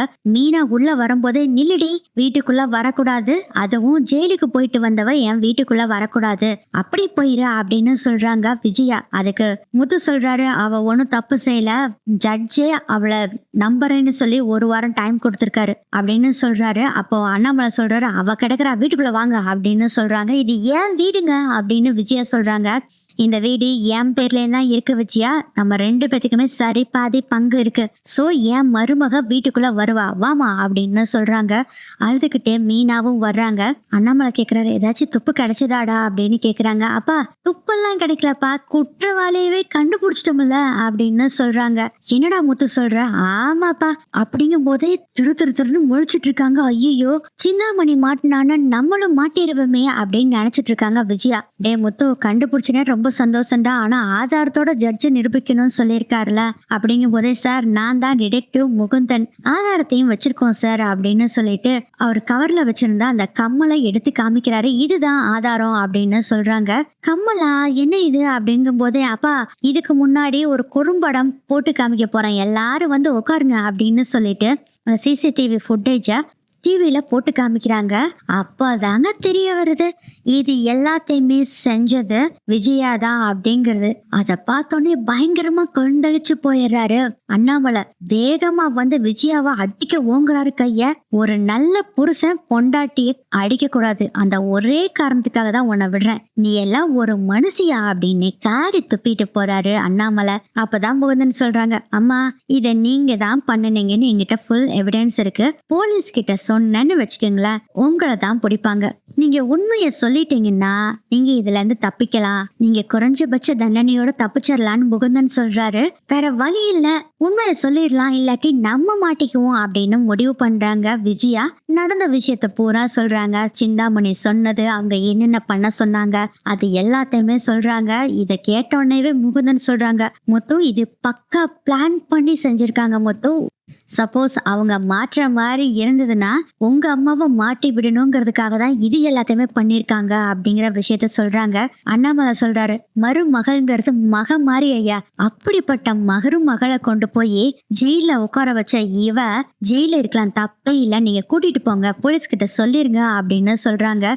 பா என்னப்பா நீ இப்படி சொல்லிட்டு இருக்க அப்படின்னு மனோஜ் ஒரு பக்கம் திட்டுறாரு. ரோகிணி சொல்றாங்க, என்ன அங்கிள் நீங்களே இப்படி சொன்னா எப்படியா அப்படின்னு சொல்றாங்க. அப்புறம் என்னம்மா பண்ண சொல்ற, இவ்வளவு பெரிய தப்பு பண்ணிட்டு வந்திருக்கா, நம்ம வீட்டுக்கு எவ்வளவு பெரிய அசிங்கம் தெரியுமா, நெட்டில எல்லாம் போட்டுட்டாங்களாமா, மீனாவை பத்தி போட்டிருக்காங்கன்னு சொல்லி எல்லாருமே சொல்றாங்க. அவளுக்கு எவ்வளவு அவமானமா இருக்கும், நம்ம குடும்பத்துக்கு எவ்வளவு அசிங்கம், அதெல்லாம் அவ நினைச்சு பார்த்தாளா அப்படின்னு சொல்றாங்க. அப்போ விஜயா சொல்றாங்க, இல்ல இல்ல நான் எல்லா உண்மையுமே சொல்லிடுறேன், தயவு செய்து என்னை காப்பாத்துங்க அப்படின்னு முகுந்தன் கிட்ட கெஞ்ச ஆரம்பிச்சிடுறாங்க. சரி நேரா இப்பவே வாங்க, நம்ம கோர்ட்ல போய் இந்த ஃபுல்லா வாக்குமூலம் கொடுத்துடலாம் அப்படின்னு சொல்றாங்க. அதுக்கப்புறம் விஜயாவை கூட்டிட்டு போறாங்க. ஜட்ஜு முன்னாடி நிக்க வச்சு வாக்குமூலம் கொடுக்க சொல்றாங்க. இவங்களும் நடந்த உண்மையை பூரா சொல்றாங்க. விஜயா சொன்ன விஷயத்தெல்லாம் கேட்டுட்டு சிந்தாமணி தான் இந்த விஷயத்தெல்லாம் பண்ணுனாங்க அப்படிங்கிறது ஜட்ஜுக்கு தெரிய வருது. சிந்தாமணியை உடனே அரெஸ்ட் பண்றதுக்காக போலீஸ் கிட்ட உத்தரவு கொடுக்குறாரு. அப்பதான் ஒரு ஆள் ஓடி வந்து டவாலி கிட்ட ஏதோ ஒரு குசு குசுன்னு சொல்லிட்டு ஒரு போனை கொடுத்துட்டு போறாரு. அந்த போனை டவாலி பார்த்துட்டு, ஐயா ஒரு நிமிஷம் அப்படின்னு சொல்லி அந்த போனை அவர்கிட்ட கொடுக்குறாரு ஜட்ஜு கிட்ட. ஜட்ஜும் அந்த போனை பார்த்துட்டு தலையில கை வச்சுறாரு. என்னம்மா பண்ணிருக்கீங்க, ஏம்மா எவ்வளவு வயசாகுது, இது கூட உங்களுக்கு தெரியாதா அப்படின்னு சொல்லிட்டு இந்த வீடியோவை எல்லாருக்கும் தெரியற மாதிரி டிவியில போட்டு காமிங்க அப்படின்னு சொல்றாங்க. கொஞ்ச நேரத்திலே பாத்தீங்கன்னா டிவி எடுத்துட்டு வந்து அதுல கனெக்ட் கொடுத்து அந்த வீடியோவை போடுறாங்க. இதுவும் சோசியல் மீடியால பயங்கரமா வைரல் ஆயிட்டு வந்துட்டு இருக்கு. என்ன அதுன்னா, ஃபர்ஸ்ட் சீனே விஜயா அந்த பூ பாக்ஸ் அந்த ரவுடி பசங்க கிட்ட கொடுத்து மாத்த சொன்னாங்கல்ல, அந்த வீடியோ வருது. அந்த பூ பாக்ஸ மாத்தினது, அதுக்கப்புறம் அடுத்த நாள் பூ பாக்ஸ் கொடுத்தது, அதுக்கப்புறம் அந்த ஸ்ப்ரே கொடுத்தது, ஃப்ளவர் பாக்ஸ் கொடுத்தது, கடையில வந்து மீனாவோட கடைக்கு முன்னாடி ஃப்ளவர் கொடுத்தது, இது எல்லாத்தையுமே வீடியோல போட்டிருக்கு. என்னங்க இது, நீ தான் குற்றவாளிங்கிற மாதிரி உன்னை ஜோடிச்சிட்டாங்கம்மா, நான் ஆதாரத்தை வச்சுதான் தீர்ப்பு சொல்ல முடியும்மா, என் மனசாட்சிப்படி சொல்ல முடியாது, நீ இதை பண்ணல, வேற ஒருத்தர் பண்ணிருக்காங்கன்னு தெரியுது, ஆனா நீ பண்ண தப்ப சோசியல் மீடியா ஃபுல்லா போட்டுட்டாங்க, ஐயா நான் இந்த தப்பு பண்ணலையா, அப்பனா ஆதாரத்தோட நிரூபிமா, வேற யார் இதை பண்ணுனாங்கன்னு எனக்கு நிரூபிச்சு காமி அப்படிங்க போதே யுவரானர் ஒரு நிமிஷம் பேசலாமா அப்படின்னு முகுந்தன் சொல்றாரு. நீ யாருப்பா, நான் தான் சார் டிடெக்டிவ் முகுந்தன் அப்படின்னு சொல்றாங்க. அட நான் கேள்விப்பட்டிருக்கேனே, சொல்லுப்பா என்ன அப்படின்னு கேக்குறாரு ஜட்ஜ். பூவேலெல்லாம் யாரு பண்ணாங்கன்னு எனக்கு ஒரு ஆதாரம் கிடைச்சிருக்கு அப்படின்னு சொல்றாங்க. ஒருத்தர் என்கிட்ட சரணடைஞ்சிருக்காரு, அவரை கூட்டிட்டு வரேன் அப்படின்னு சொல்றாங்க. சரி கூட்டிட்டு வா அப்படின்னு சொன்னோன்னே பார்த்தா நம்ம சிந்தாமணியோட ஆட்கள்ல ஒருத்தர் தான். அவரை பொடிச்சிட்டு வந்திருக்காங்க. பயங்கரமா அடிச்சிருக்காங்க போல இருக்கு. என்னப்பா சொல்றாங்க, முகுந்தன் சொல்றதெல்லாம் உண்மையா? ஐயா ஆமாங்க ஐயா, சிந்தாமணி அம்மா தான் இந்த வீடியோ எல்லாம் எங்களை எடுக்க சொன்னாங்க, அவங்க மாட்டக்கூடாதுங்கிறதுக்காக தான் ஒவ்வொரு விஷயமும் செய்யறப்போ அது விஜயா அவங்க தான் செஞ்ச மாதிரி பண்ணினாங்க. அதை ஃபுல்லா ஒவ்வொரு தடவையும் நாங்க வீடியோ எடுத்துட்டு தான் வந்துட்டு இருந்தோம். சப்போஸ் நாங்க மாற்ற மாதிரி இருந்தா விஜயாவை மாட்டி விட்டுட்டு நாங்க தப்பிச்சுக்கணுங்கிறதுக்காக தான் இந்த விஷயம் பூரா செஞ்சோம் அப்படிங்கிற மாதிரி சொல்றாரு. இது எல்லாத்தையும் கேட்டோன்னே அப்புறம் என்ன, இன்னும் 10 நிமிஷத்துல சிந்தாமணி கோர்ட்ல வந்து ஆஜராகணும். அப்படி 10 நிமிஷத்துல ஆஜராகலைன்னா சிந்தாமணிக்கு அரஸ்ட் வாரண்ட் கோர்ட்டு கொடுக்கும் அப்படிங்கிற மாதிரி சொல்றாங்க. அதுக்கப்புறம் என்ன, அடிச்சு பொடிச்சு சிந்தாமணி 10-15 நிமிஷத்துல கோர்ட்டுக்கு வந்து ஆஜராயிறாங்க. சிந்தாமணியை கூண்டுல நிக்க வச்சிடறாங்க. உண்மையை சொல்றேன்னா உனக்கு குறைஞ்சபட்ச தண்டனை கொடுப்பாங்க, நீ உண்மையை மறைச்சிட்டு பேசிக்கிட்டு இருந்தேன்னா, நீ பொய் சொல்றன்னு எங்களுக்கு தெரிஞ்சுதான் இதை விட அதிகபட்ச தண்டனை கிடைக்கும் அப்படின்னு சொல்றாங்க. ஜட்ஜு சொல்றாங்க, சிந்தாமணிக்கு ஆஜராகிறதுக்காக ஒரு வக்கீல் வேற வந்திருக்காரு, இவங்க எந்த தப்புமே பண்ணல, இவங்கள இதெல்லாமே செஞ்சு கொடுக்க சொல்லி விஜயா தான் சொல்லியிருக்காங்க அப்படின்னு சொல்றாங்க. ஐயோ யுவரானர், நான்லாம் எதுவும் பண்ணல அப்படின்னு விஜயா சொல்றாங்க. சிந்தாமணி சொல்றாங்க, ஐயா நான் ஒன்னும் தெரியாத அப்பாவி ஐயா, எனக்கும் மீனாக்கும் போட்டி சண்டை இருக்கதான் செய்யுது, ஆனா அதுக்காக இவ்வளவு பெரிய தப்பெல்லாம் பண்ண மாட்டேங்கய்யா, இது எல்லாமே பண்ணி கொடுக்க சொன்னது விஜயா தான் ஐயா. நானும் இல்ல வேண்டான்னு சொன்னேன். அதுக்கு அவங்க என்ன சொன்னாங்கன்னா, மீனாவோட தொழில் அப்படியே ஸ்தம்பிச்சு போகணும், நீங்க செஞ்சே ஆகணும் தான் கம்பல் பண்ணாங்க. அதனாலதான் அவங்க என்னென்ன சொன்னாங்களோ அதை ஃபுல்லா செஞ்சுனாங்க அப்படின்னு சிந்தாமணி சொல்றாங்க. என்னென்ன வேலை செஞ்சீங்கம்மா அப்படின்னு கேக்குறாரு ஜட்ஜ். யுவர் ஆனர், அவங்க பாவம் அபராணி அப்படின்னு சொல்லி எழுந்திருச்சு சொல்றாரு வக்கீல். இங்க பாருங்க, நான் கூப்பிட்டா மட்டும் எழுந்துறீங்க, நான் கேட்டுட்டு இருக்கேன்ல, பேசாம அமைதியா இருங்க அப்படின்னு சொல்லிட்டு சொல்லுங்கம்மா, என்னென்ன தப்பு செஞ்சீங்க அப்படின்னு கேக்குறாங்க. சார், நாங்க ஒன்றும் தப்பு பண்ணலைங்க ஐயா அப்படின்னு சிந்தாமணி சொல்றாங்க. சரிம்மா, அந்த விஜயா செய்ய சொன்ன தப்புக்கள் நீங்க என்னென்ன பண்ணினீங்கன்னு சொல்லுங்க அப்படின்னு சொல்றாங்க. அதுக்கப்புறம் அந்த பூ பாக்ஸ் மாத்தினது, அதுக்கப்புறம் அந்த ஹோட்டல்ல பூல எல்லாம் ஸ்ப்ரே பண்ணி அழுகுன வாசம் வர வச்சுது, அதுக்கப்புறம் கல்யாணத்துல எல்லாம் பண்ணின வேலை, பூ எல்லாத்துலயுமே ஸ்ப்ரே பண்ணி அழுக வச்சுது, அதுக்கப்புறம் அழுகுன வாசம் வர்ற மாதிரி ஒரு ஸ்ப்ரேவை அடிச்சது, மேக்கப் பண்ண விஷயம், அதே மாதிரி ஃபுட்டு தயாரிக்கும் போது அதுல பள்ளியை சாம்பார்ல கொண்டு போய் போட்டது, சட்னில கொண்டு போய் கரப்பாம்பூச்சி போட்டது, எல்லா விஷயத்தையும் சொல்றாங்க. கடைசியா இல்லீகலா பூக்கள் வாங்கினது எல்லா விஷயத்தையும் சொல்றாங்க. நாங்க ராமசாமி அப்படிங்கிறவர்கிட்ட தான் இந்த பூவெல்லாம் வாங்கி அவர்கிட்ட தான் இன்வாய்ஸ் வாங்கணும் அப்படிங்கறத ஒண்ணு விடாம ஒப்பிச்சிடுறாங்க. நாங்க ராமசாமி கிட்ட நானும் விஜயாவும் தான் போய் பேசணும், அதுக்கான ஆதாரம் எங்ககிட்ட இருக்குது அப்படிங்கிற மாதிரியும் சொல்றாங்க. ஆதாரம் என்னமா இருக்கு ஐயா? வீடியோவே இருக்குதுங்கய்யா அப்படின்னு சொல்லி அந்த போனை கொடுக்குறாங்க. ஜட்ஜும் பாக்குறாரு. அந்த வீடியோல பக்காவா இருக்கு. விஜயா அந்த பூவை நீங்க கொடுத்து அனுப்புங்க, நான் கொண்டு போய் கடையில வச்சிடறேன், அந்த இதெல்லாம் பேசினாங்கல்ல அது எல்லாமே பதிஞ்சிருக்கு. ஆக்சுவலா அந்த வீடியோவை எடிட் பண்ணியிருக்காங்க. விஜயா பேசுனது மட்டும்தான் பதிஞ்சிருக்கே தவிர சிந்தாமணி பேசுனது எதுவுமே பதில. விஜயா போன பின்னாடி சிந்தாமணி சொல்லிட்டு இருக்காங்க, அண்ணே பார்த்து செய்யுங்க அண்ணே, என்னமோ இந்த விஜயா இப்படி பேசிட்டு போகுது, நம்ம மாட்டிரு போறானே நம்ம அப்படின்னு சொல்லி இவங்க வேற நல்லவங்க மாதிரி பேசிக்கிறாங்க. இது எல்லாத்தையுமே பார்த்த ஜட்ஜு எல்லாத்துக்கும் போட்டு காமிக்கிறாங்க. அப்போ விஜயோட தரப்புல ஒரு வக்கீல் வாதாடுறாரு. அவரு சொல்றாரு, ஐயா இத பாக்குறப்போ எடிட்டர் வெர்ஷன் மாதிரி இருக்குங்க ஐயா அப்படின்னு சொல்றாங்க. வீடியோ எக்ஸ்பர்ட்டை வர சொல்லுங்க அப்படின்னு சொல்லி உத்தரவு போடுறாரு ஜட்ஜு. இன்னொரு அரை மணி நேரத்துக்குள்ள அவர் வரட்டும்னு சொல்லிட்டு இந்த கேஸை நிறுத்தி வச்சுட்டு அடுத்த கேஸுக்கு போயிடுறாரு ஜட்ஜு. எல்லாருமே செம்ம டென்ஷன்ல இருக்காங்க.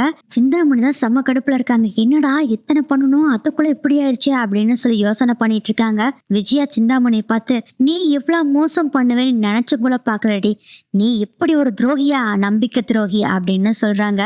அதெல்லாம் கண்டிக்கவே இல்ல சிந்தாமணியே, ஓடி போய் உக்காரு அப்படின்னு சொல்லி சிந்தாமணி சொல்றாங்க. அப்பதான் விஜயாக்கு சிந்தாமணியை பத்தி தெரிய வருது. ச்சே, இவ்வளவு கேவலமானவளா இவ, இவளை நம்பி இப்படி மாட்டிக்கிட்டமே அப்படின்னு முழிச்சிட்டு இருக்காங்க விஜயா. அரை மணி நேரம் ஆயிருது. மறுபடியும் விஜயாவோட கேஸ் ஹியரிங்க்கு வருது. ஜட்ஜி கேக்குறாரு, வீடியோ எக்ஸ்பர்ட் வந்துட்டாரா அப்படின்னு கேக்குறாங்க. வந்துட்டாருங்க ஐயா அப்படின்னு சொன்னோடனே அந்த வீடியோவை செக் பண்ணி பார்க்க சொல்றாங்க ஜட்ஜ் வீடியோ எக்ஸ்பர்ட் கிட்ட. வீடியோ எக்ஸ்பர்ட்டும் அதை செக் பண்ணி பாக்குறாரு. ஐயா இது முழுக்க முழுக்க எடிட் பண்ண வெர்ஷன் தான் ஐயா, இது எதுவுமே ஒரே வீடியோ டேக்ல வரல, இது எல்லாமே எடிட் பண்ணிருக்காங்க அப்படிங்கிற விஷயத்த சொல்றாரு. இதுக்கு என்னமா சொல்றீங்க அப்படின்னு கேக்குறாரு ஜட்ஜ். நான் ஏற்கனவே சொன்னேன்ல, உண்மையை சொன்னேன்னா உனக்கு குறைஞ்சபட்ச தண்டனை, நீ மட்டும் இந்த விஷயத்த மறைச்சிட்டேன்னு தெரிஞ்சதுன்னா உனக்கு இதை விட அதிகபட்ச தண்டனை தான் தருவேன், நீ உண்மையை சொல்லு அப்படின்னு சொல்றாங்க. அப்போ வக்கீல் குசு குசுன்னு சிந்தாமணி கிட்ட சொல்றாங்க, பேசாம உண்மையை ஒத்துக்குங்க, இல்லாட்டி பெரிய தண்டனையா கொடுத்துருவாங்க, உங்களை பெயிலையும் எடுக்க முடியாது, மாட்டிட்டு முழிக்கணும், நீங்க பேசாம ஒத்துக்கிட்டீங்கன்னா எப்படியோ குறைஞ்சபட்ச தண்டனை மட்டும் கிடைக்கும், ஒரு பெயில வேற எடுத்துக்கலாம் அப்படின்னு சொல்றாங்க.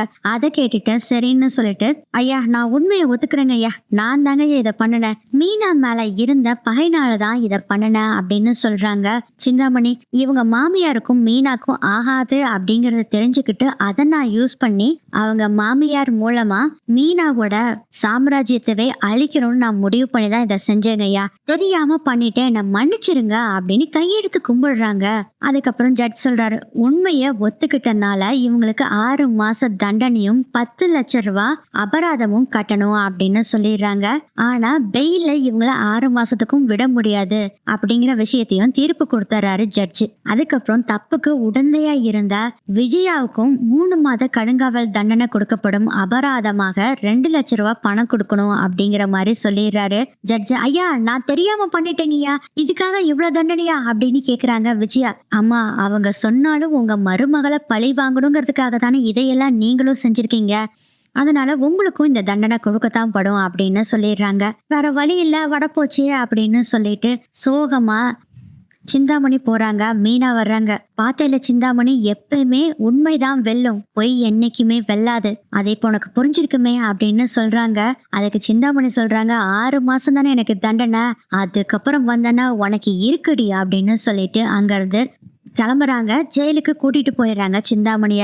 விஜயா நான் போகவே முடியாதுங்க, எப்படியாச்சும் காப்பாத்துங்க அப்படின்னு ப்ளீஸ் ப்ளீஸ்னு கெஞ்சுறாங்க. அப்போ அண்ணாமலை சொல்றாரு, விஜயா உனக்கு இந்த தண்டனை தேவைதான். நம்ம வீட்டுல இருக்க பொண்ணுன்னு கூட உனக்கு தெரியாம எவ்வளவு அசிங்கப்படுத்தி அவளை கேவலப்படுத்திருக்க. உனக்கு இந்த தண்டனை தேவைதான், இதுக்கு மேலேயே தண்டனை கொடுத்துருக்கணும். ஜட்ஜு பாவம்னு சொல்லி உனக்கு இதோட விட்டாரு. 3 மாசம் தண்டையை அனுபவிச்சுட்டு வா அப்படின்னு சொல்றாரு அண்ணாமலை. அப்போ மீனாவை பாக்குறாங்க, எல்லாமே ஒன்னால தாண்டி, என்னை அசிங்கப்படுத்திட்ட, உன்னை நான் விட மாட்டேன் பாரு அப்படின்னு சொல்லிட்டு தான் அங்க இருந்து போறாங்க. விஜயாவும் எப்படியோ ஒரு வழியா மீனா தப்பு பண்ணலன்னு தெரிஞ்சிருது. மீனா அவங்க வீட்டுல இருக்க எல்லாருமே வெளியே வர்றாங்க. பார்த்தா அத்தனை ரிப்போர்ட்டர்ஸ் இருக்காங்க. மீனா நீங்க எந்த தப்புமே பண்ணலையாமா, உங்களோட தொழில் எதிரியான அந்த சிந்தாமணியும் உங்க மாமியார் தான் இத்தனையும் பண்ணாங்களாமா, சாரி மீனா, உங்களை தவறா நாங்க ஜோடிச்சிட்டோம் அப்படின்னு எல்லாருமே சாரி கேக்குறாங்க. அதுக்கப்புறம் மீனா கிட்ட எல்லாருமே பேட்டி எடுக்கிறாங்க. மீனா சொல்றாங்க, எனக்கு எப்பயுமே தெரியுங்க, உண்மையும் நேர்மையும் நம்ம கிட்ட இருந்ததுன்னா எப்பயுமே நம்ம ஜெயிச்சுட்டு தான் வருவோம். என்கிட்ட உண்மையும் நேர்மையும் இருந்தது, அதனால்தான் நான் ஜெயிச்சு வந்தேன். தப்பு பண்ணவங்க ஜெயிலுக்கு போயிட்டாங்க, என்ன ஏன் அத்தை ஜெயிலுக்கு போயிருக்காங்க, அதுதான் எனக்கு மனசு கஷ்டமா இருக்கு அப்படின்னு சொல்லி பேட்டி கொடுக்குறாங்க. கொஞ்ச நேரத்துல பாத்தீங்கன்னா சோசியல் மீடியால மீனா எந்த தப்புமே பண்ணல, இதை செஞ்சது ஃபுல்லா சிந்தாமணி அப்புறம் விஜயா ராமசாமி இவங்க எல்லாரும் தான் பண்ணினாங்க அப்படிங்கறத ஃபுல்லா சோசியல் மீடியால ஸ்ப்ரெட் ஆகுது. மீனா எந்த தப்புமே பண்ணல அப்படிங்கறது எல்லாருமே உணர்ந்துடுறாங்க. மீனாக்கு கால் மேல கால் வந்துட்டு இருக்கு. மீனாக்கு யார் கால் பண்றாங்கன்னா, டோர் டெலிவரி பண்ணுவாங்கல்ல ஃப்ளவர்ஸ் எல்லாம், அந்த ஆளுக்கு தான் கால் பண்றாங்க. எடுத்து பேசுறாங்க மீனா. அப்போ சாரிம்மா, நான் உன்னை தப்பா நினைச்சிட்டேன், வேற யாரோ இதை பண்ணிருக்காங்க, எனக்கு தெரியுமா நீ நேர்மையான பொண்ணுதான், நீயே எப்பயும் போல வந்து பூ கொடுத்துரு அப்படின்னு சொல்றாங்க. ஒரு ஆள் மட்டும் சொல்லுங்க, இது வரைக்கும் யார் யார் வேண்டான்னு சொன்னாங்களோ அவங்க பூரா மறுபடியும் மீனாவை கொண்டு வந்து பூ போட சொல்லிடுறாங்க. ரொம்ப தேங்க்ஸ் அப்படின்னு சொல்லி மீனாவும் சொல்லிடுறாங்க. அதுக்கப்புறம் என்ன, மீனா கடையை மறுபடியும் ஓபன் பண்ணிடுறாங்க. இப்போ மீனா கல்யாணத்துக்கு மட்டும் முதல்ல ஃப்ளவர் டெக்கரேஷன் பண்ணிட்டு இருந்தாங்க. அது மட்டும் இல்லாம 5 ஸ்டார் ஹோட்டல்லையும் கண்டினியூஸா ஃப்ளவர் டெக்கரேஷன் எல்லாம் பண்ண ஆரம்பிச்சிட்டாங்க. இப்போ ஒரு ஆர்டர் 2 ஆர்டர் இல்ல, ஏகப்பட்ட ஹோட்டல்ஸ்ல மீனாவை தான் கூப்பிட்டு ஃப்ளவர் டெக்கரேஷனுக்கு கூப்பிடுறாங்க. மீனா மொத்தம் எல்லாருமே வீட்டுல ஹாப்பியா இருக்காங்க. மனோஜ் எல்லாம் தான் பயங்கர கடுப்புல இருக்காங்க. என்னடா இது ரோகிணி, இவ விட்ட பெரிய லெவலுக்கு போயிருவ போல இருக்கே ரோகிணி அப்படின்னு ரோகிணி கிட்ட செம்ம காண்டல பேசிக்கிட்டு இருக்காரு. மனோஜும் அவங்க அம்மாவை பார்க்க போறாரு. நடக்கிற விஷயத்தெல்லாம் அப்பப்ப சொல்லிக்கிட்டு தான் இருக்காரு. இதுக்கடையில 3 மாசம் ஆயிருது. விஜயாவும் ரிலீஸ் ஆகி வந்துடுறாங்க. வீட்டுக்கு வந்தோடனே ஆரத்தி எடுக்கிறாங்க மீனா. ஆரத்தி தட்டை அப்படி தட்டி விட்டுட்டு வீட்டுக்குள்ள வர்றாங்க. அப்போ அண்ணாமலை சொல்றாரு, விஜயா நீ செஞ்சது தப்பு, நம்ம மருமக மேல இப்படி ஒரு பொய்யான பழிய போட்டு பண்ணது பெரிய தப்பு விஜயா, நீ தான் மீனா கிட்ட சாரி கேட்கணும். நான் இந்த வீட்டுல இருக்கணும்னா இந்த பூ கட்டுறவ இங்க இருக்க கூடாது அப்படின்னு சொல்றாங்க. அதுக்கு அண்ணாமலை சொல்றாரு, விஜயா நீ பண்ற மாதிரி எல்லாம் செய்ய முடியாது, அவ இந்த வீட்டு மருமக, அவ இங்க இருப்பா, நீ இஷ்டம்னா இங்க இரு, இல்லாட்டி போய்கிட்டே இரு அப்படின்னு சொல்றாரு. அண்ணாமலை என்னடா இது இப்படி சொல்றாங்களே அப்படின்னு சொல்லி முழிக்கிறாங்க. அப்ப ரோகிணி சொல்றாங்க, ஆன்ட்டி நீங்க ஒன்னும் பேசாதீங்க, நம்ம அப்புறம் பேசிக்கலாம் ஆன்ட்டி எதுவா இருந்தாலும் அப்படின்னு சொல்லி ரோகிணி சொல்றாங்க. அதனால அமைதியா இருந்துக்கிறாங்க விஜயா. அதுக்கப்புறம் சரின்னு சொல்லி விஜயாவும் அமைதியாயிடுறாங்க. அவங்கவுங்க வேலையெல்லாம் பார்க்க போயிடுறாங்க. விஜயா அப்படியே வீட்டுல உட்காந்துட்டு இருக்கிறாங்க. சரி கொஞ்சம் ரொம்ப உப்புசமா இருக்கு, காத்து வாங்க போலான்னு சொல்லிட்டு மொட்டை மாடிக்கு போய் 3 மாசம் ஆகுதுல ஜெயிலுக்கு போய், அதனால மொட்டை மாடியில காத்து வாங்கலான்ட்டு விஜயா மொட்டை மாடிக்கு போறாங்க. பார்த்தா செம்மையான ஷாக், அங்க ஒரு ரூம் கட்டி இருக்கு. டே என்னடா நடக்குதுங்க அப்படின்னு சொல்லிட்டு கீழே இறங்கி வரும்போது ரோகிணி மனோஜ் 2 பேரும் மேல வர்றாங்க.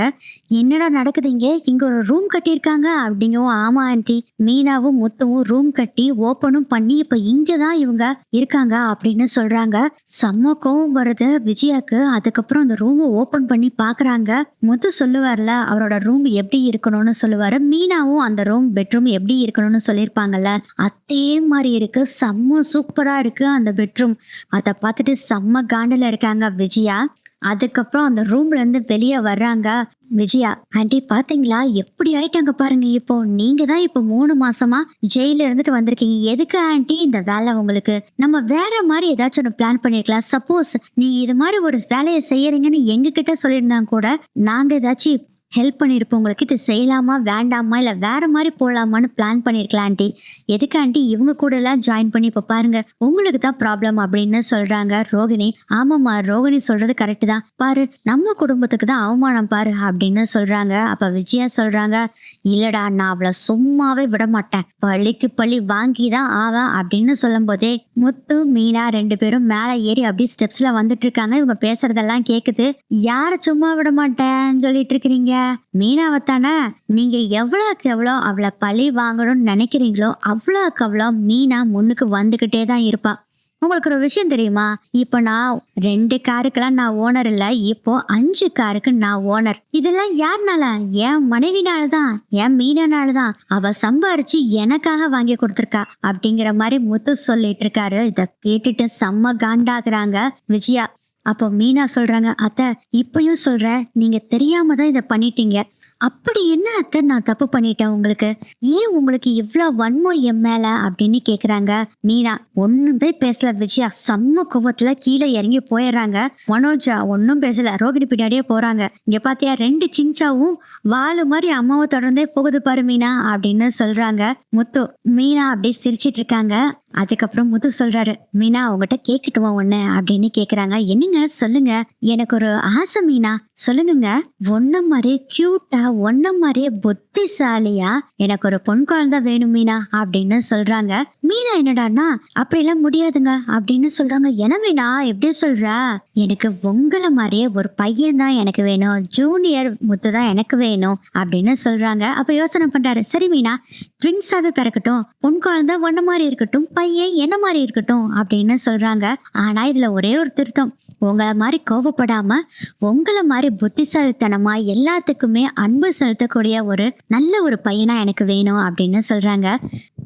மீனா எனக்கும் தான் உன்னை மாதிரியே பொண்ணு வேணும்னு ஆசையா இருக்கு அப்படின்னு சொல்லிட்டு இருக்காரு. விடுங்க, பையன் ஒண்ணு பொண்ணு ஒண்ணு பெத்துக்கலாம் அப்படின்னு மீனா சொல்லிட்டு இருக்காங்க. 2 பேரும் அப்படியே பேசிட்டு இருக்காங்க.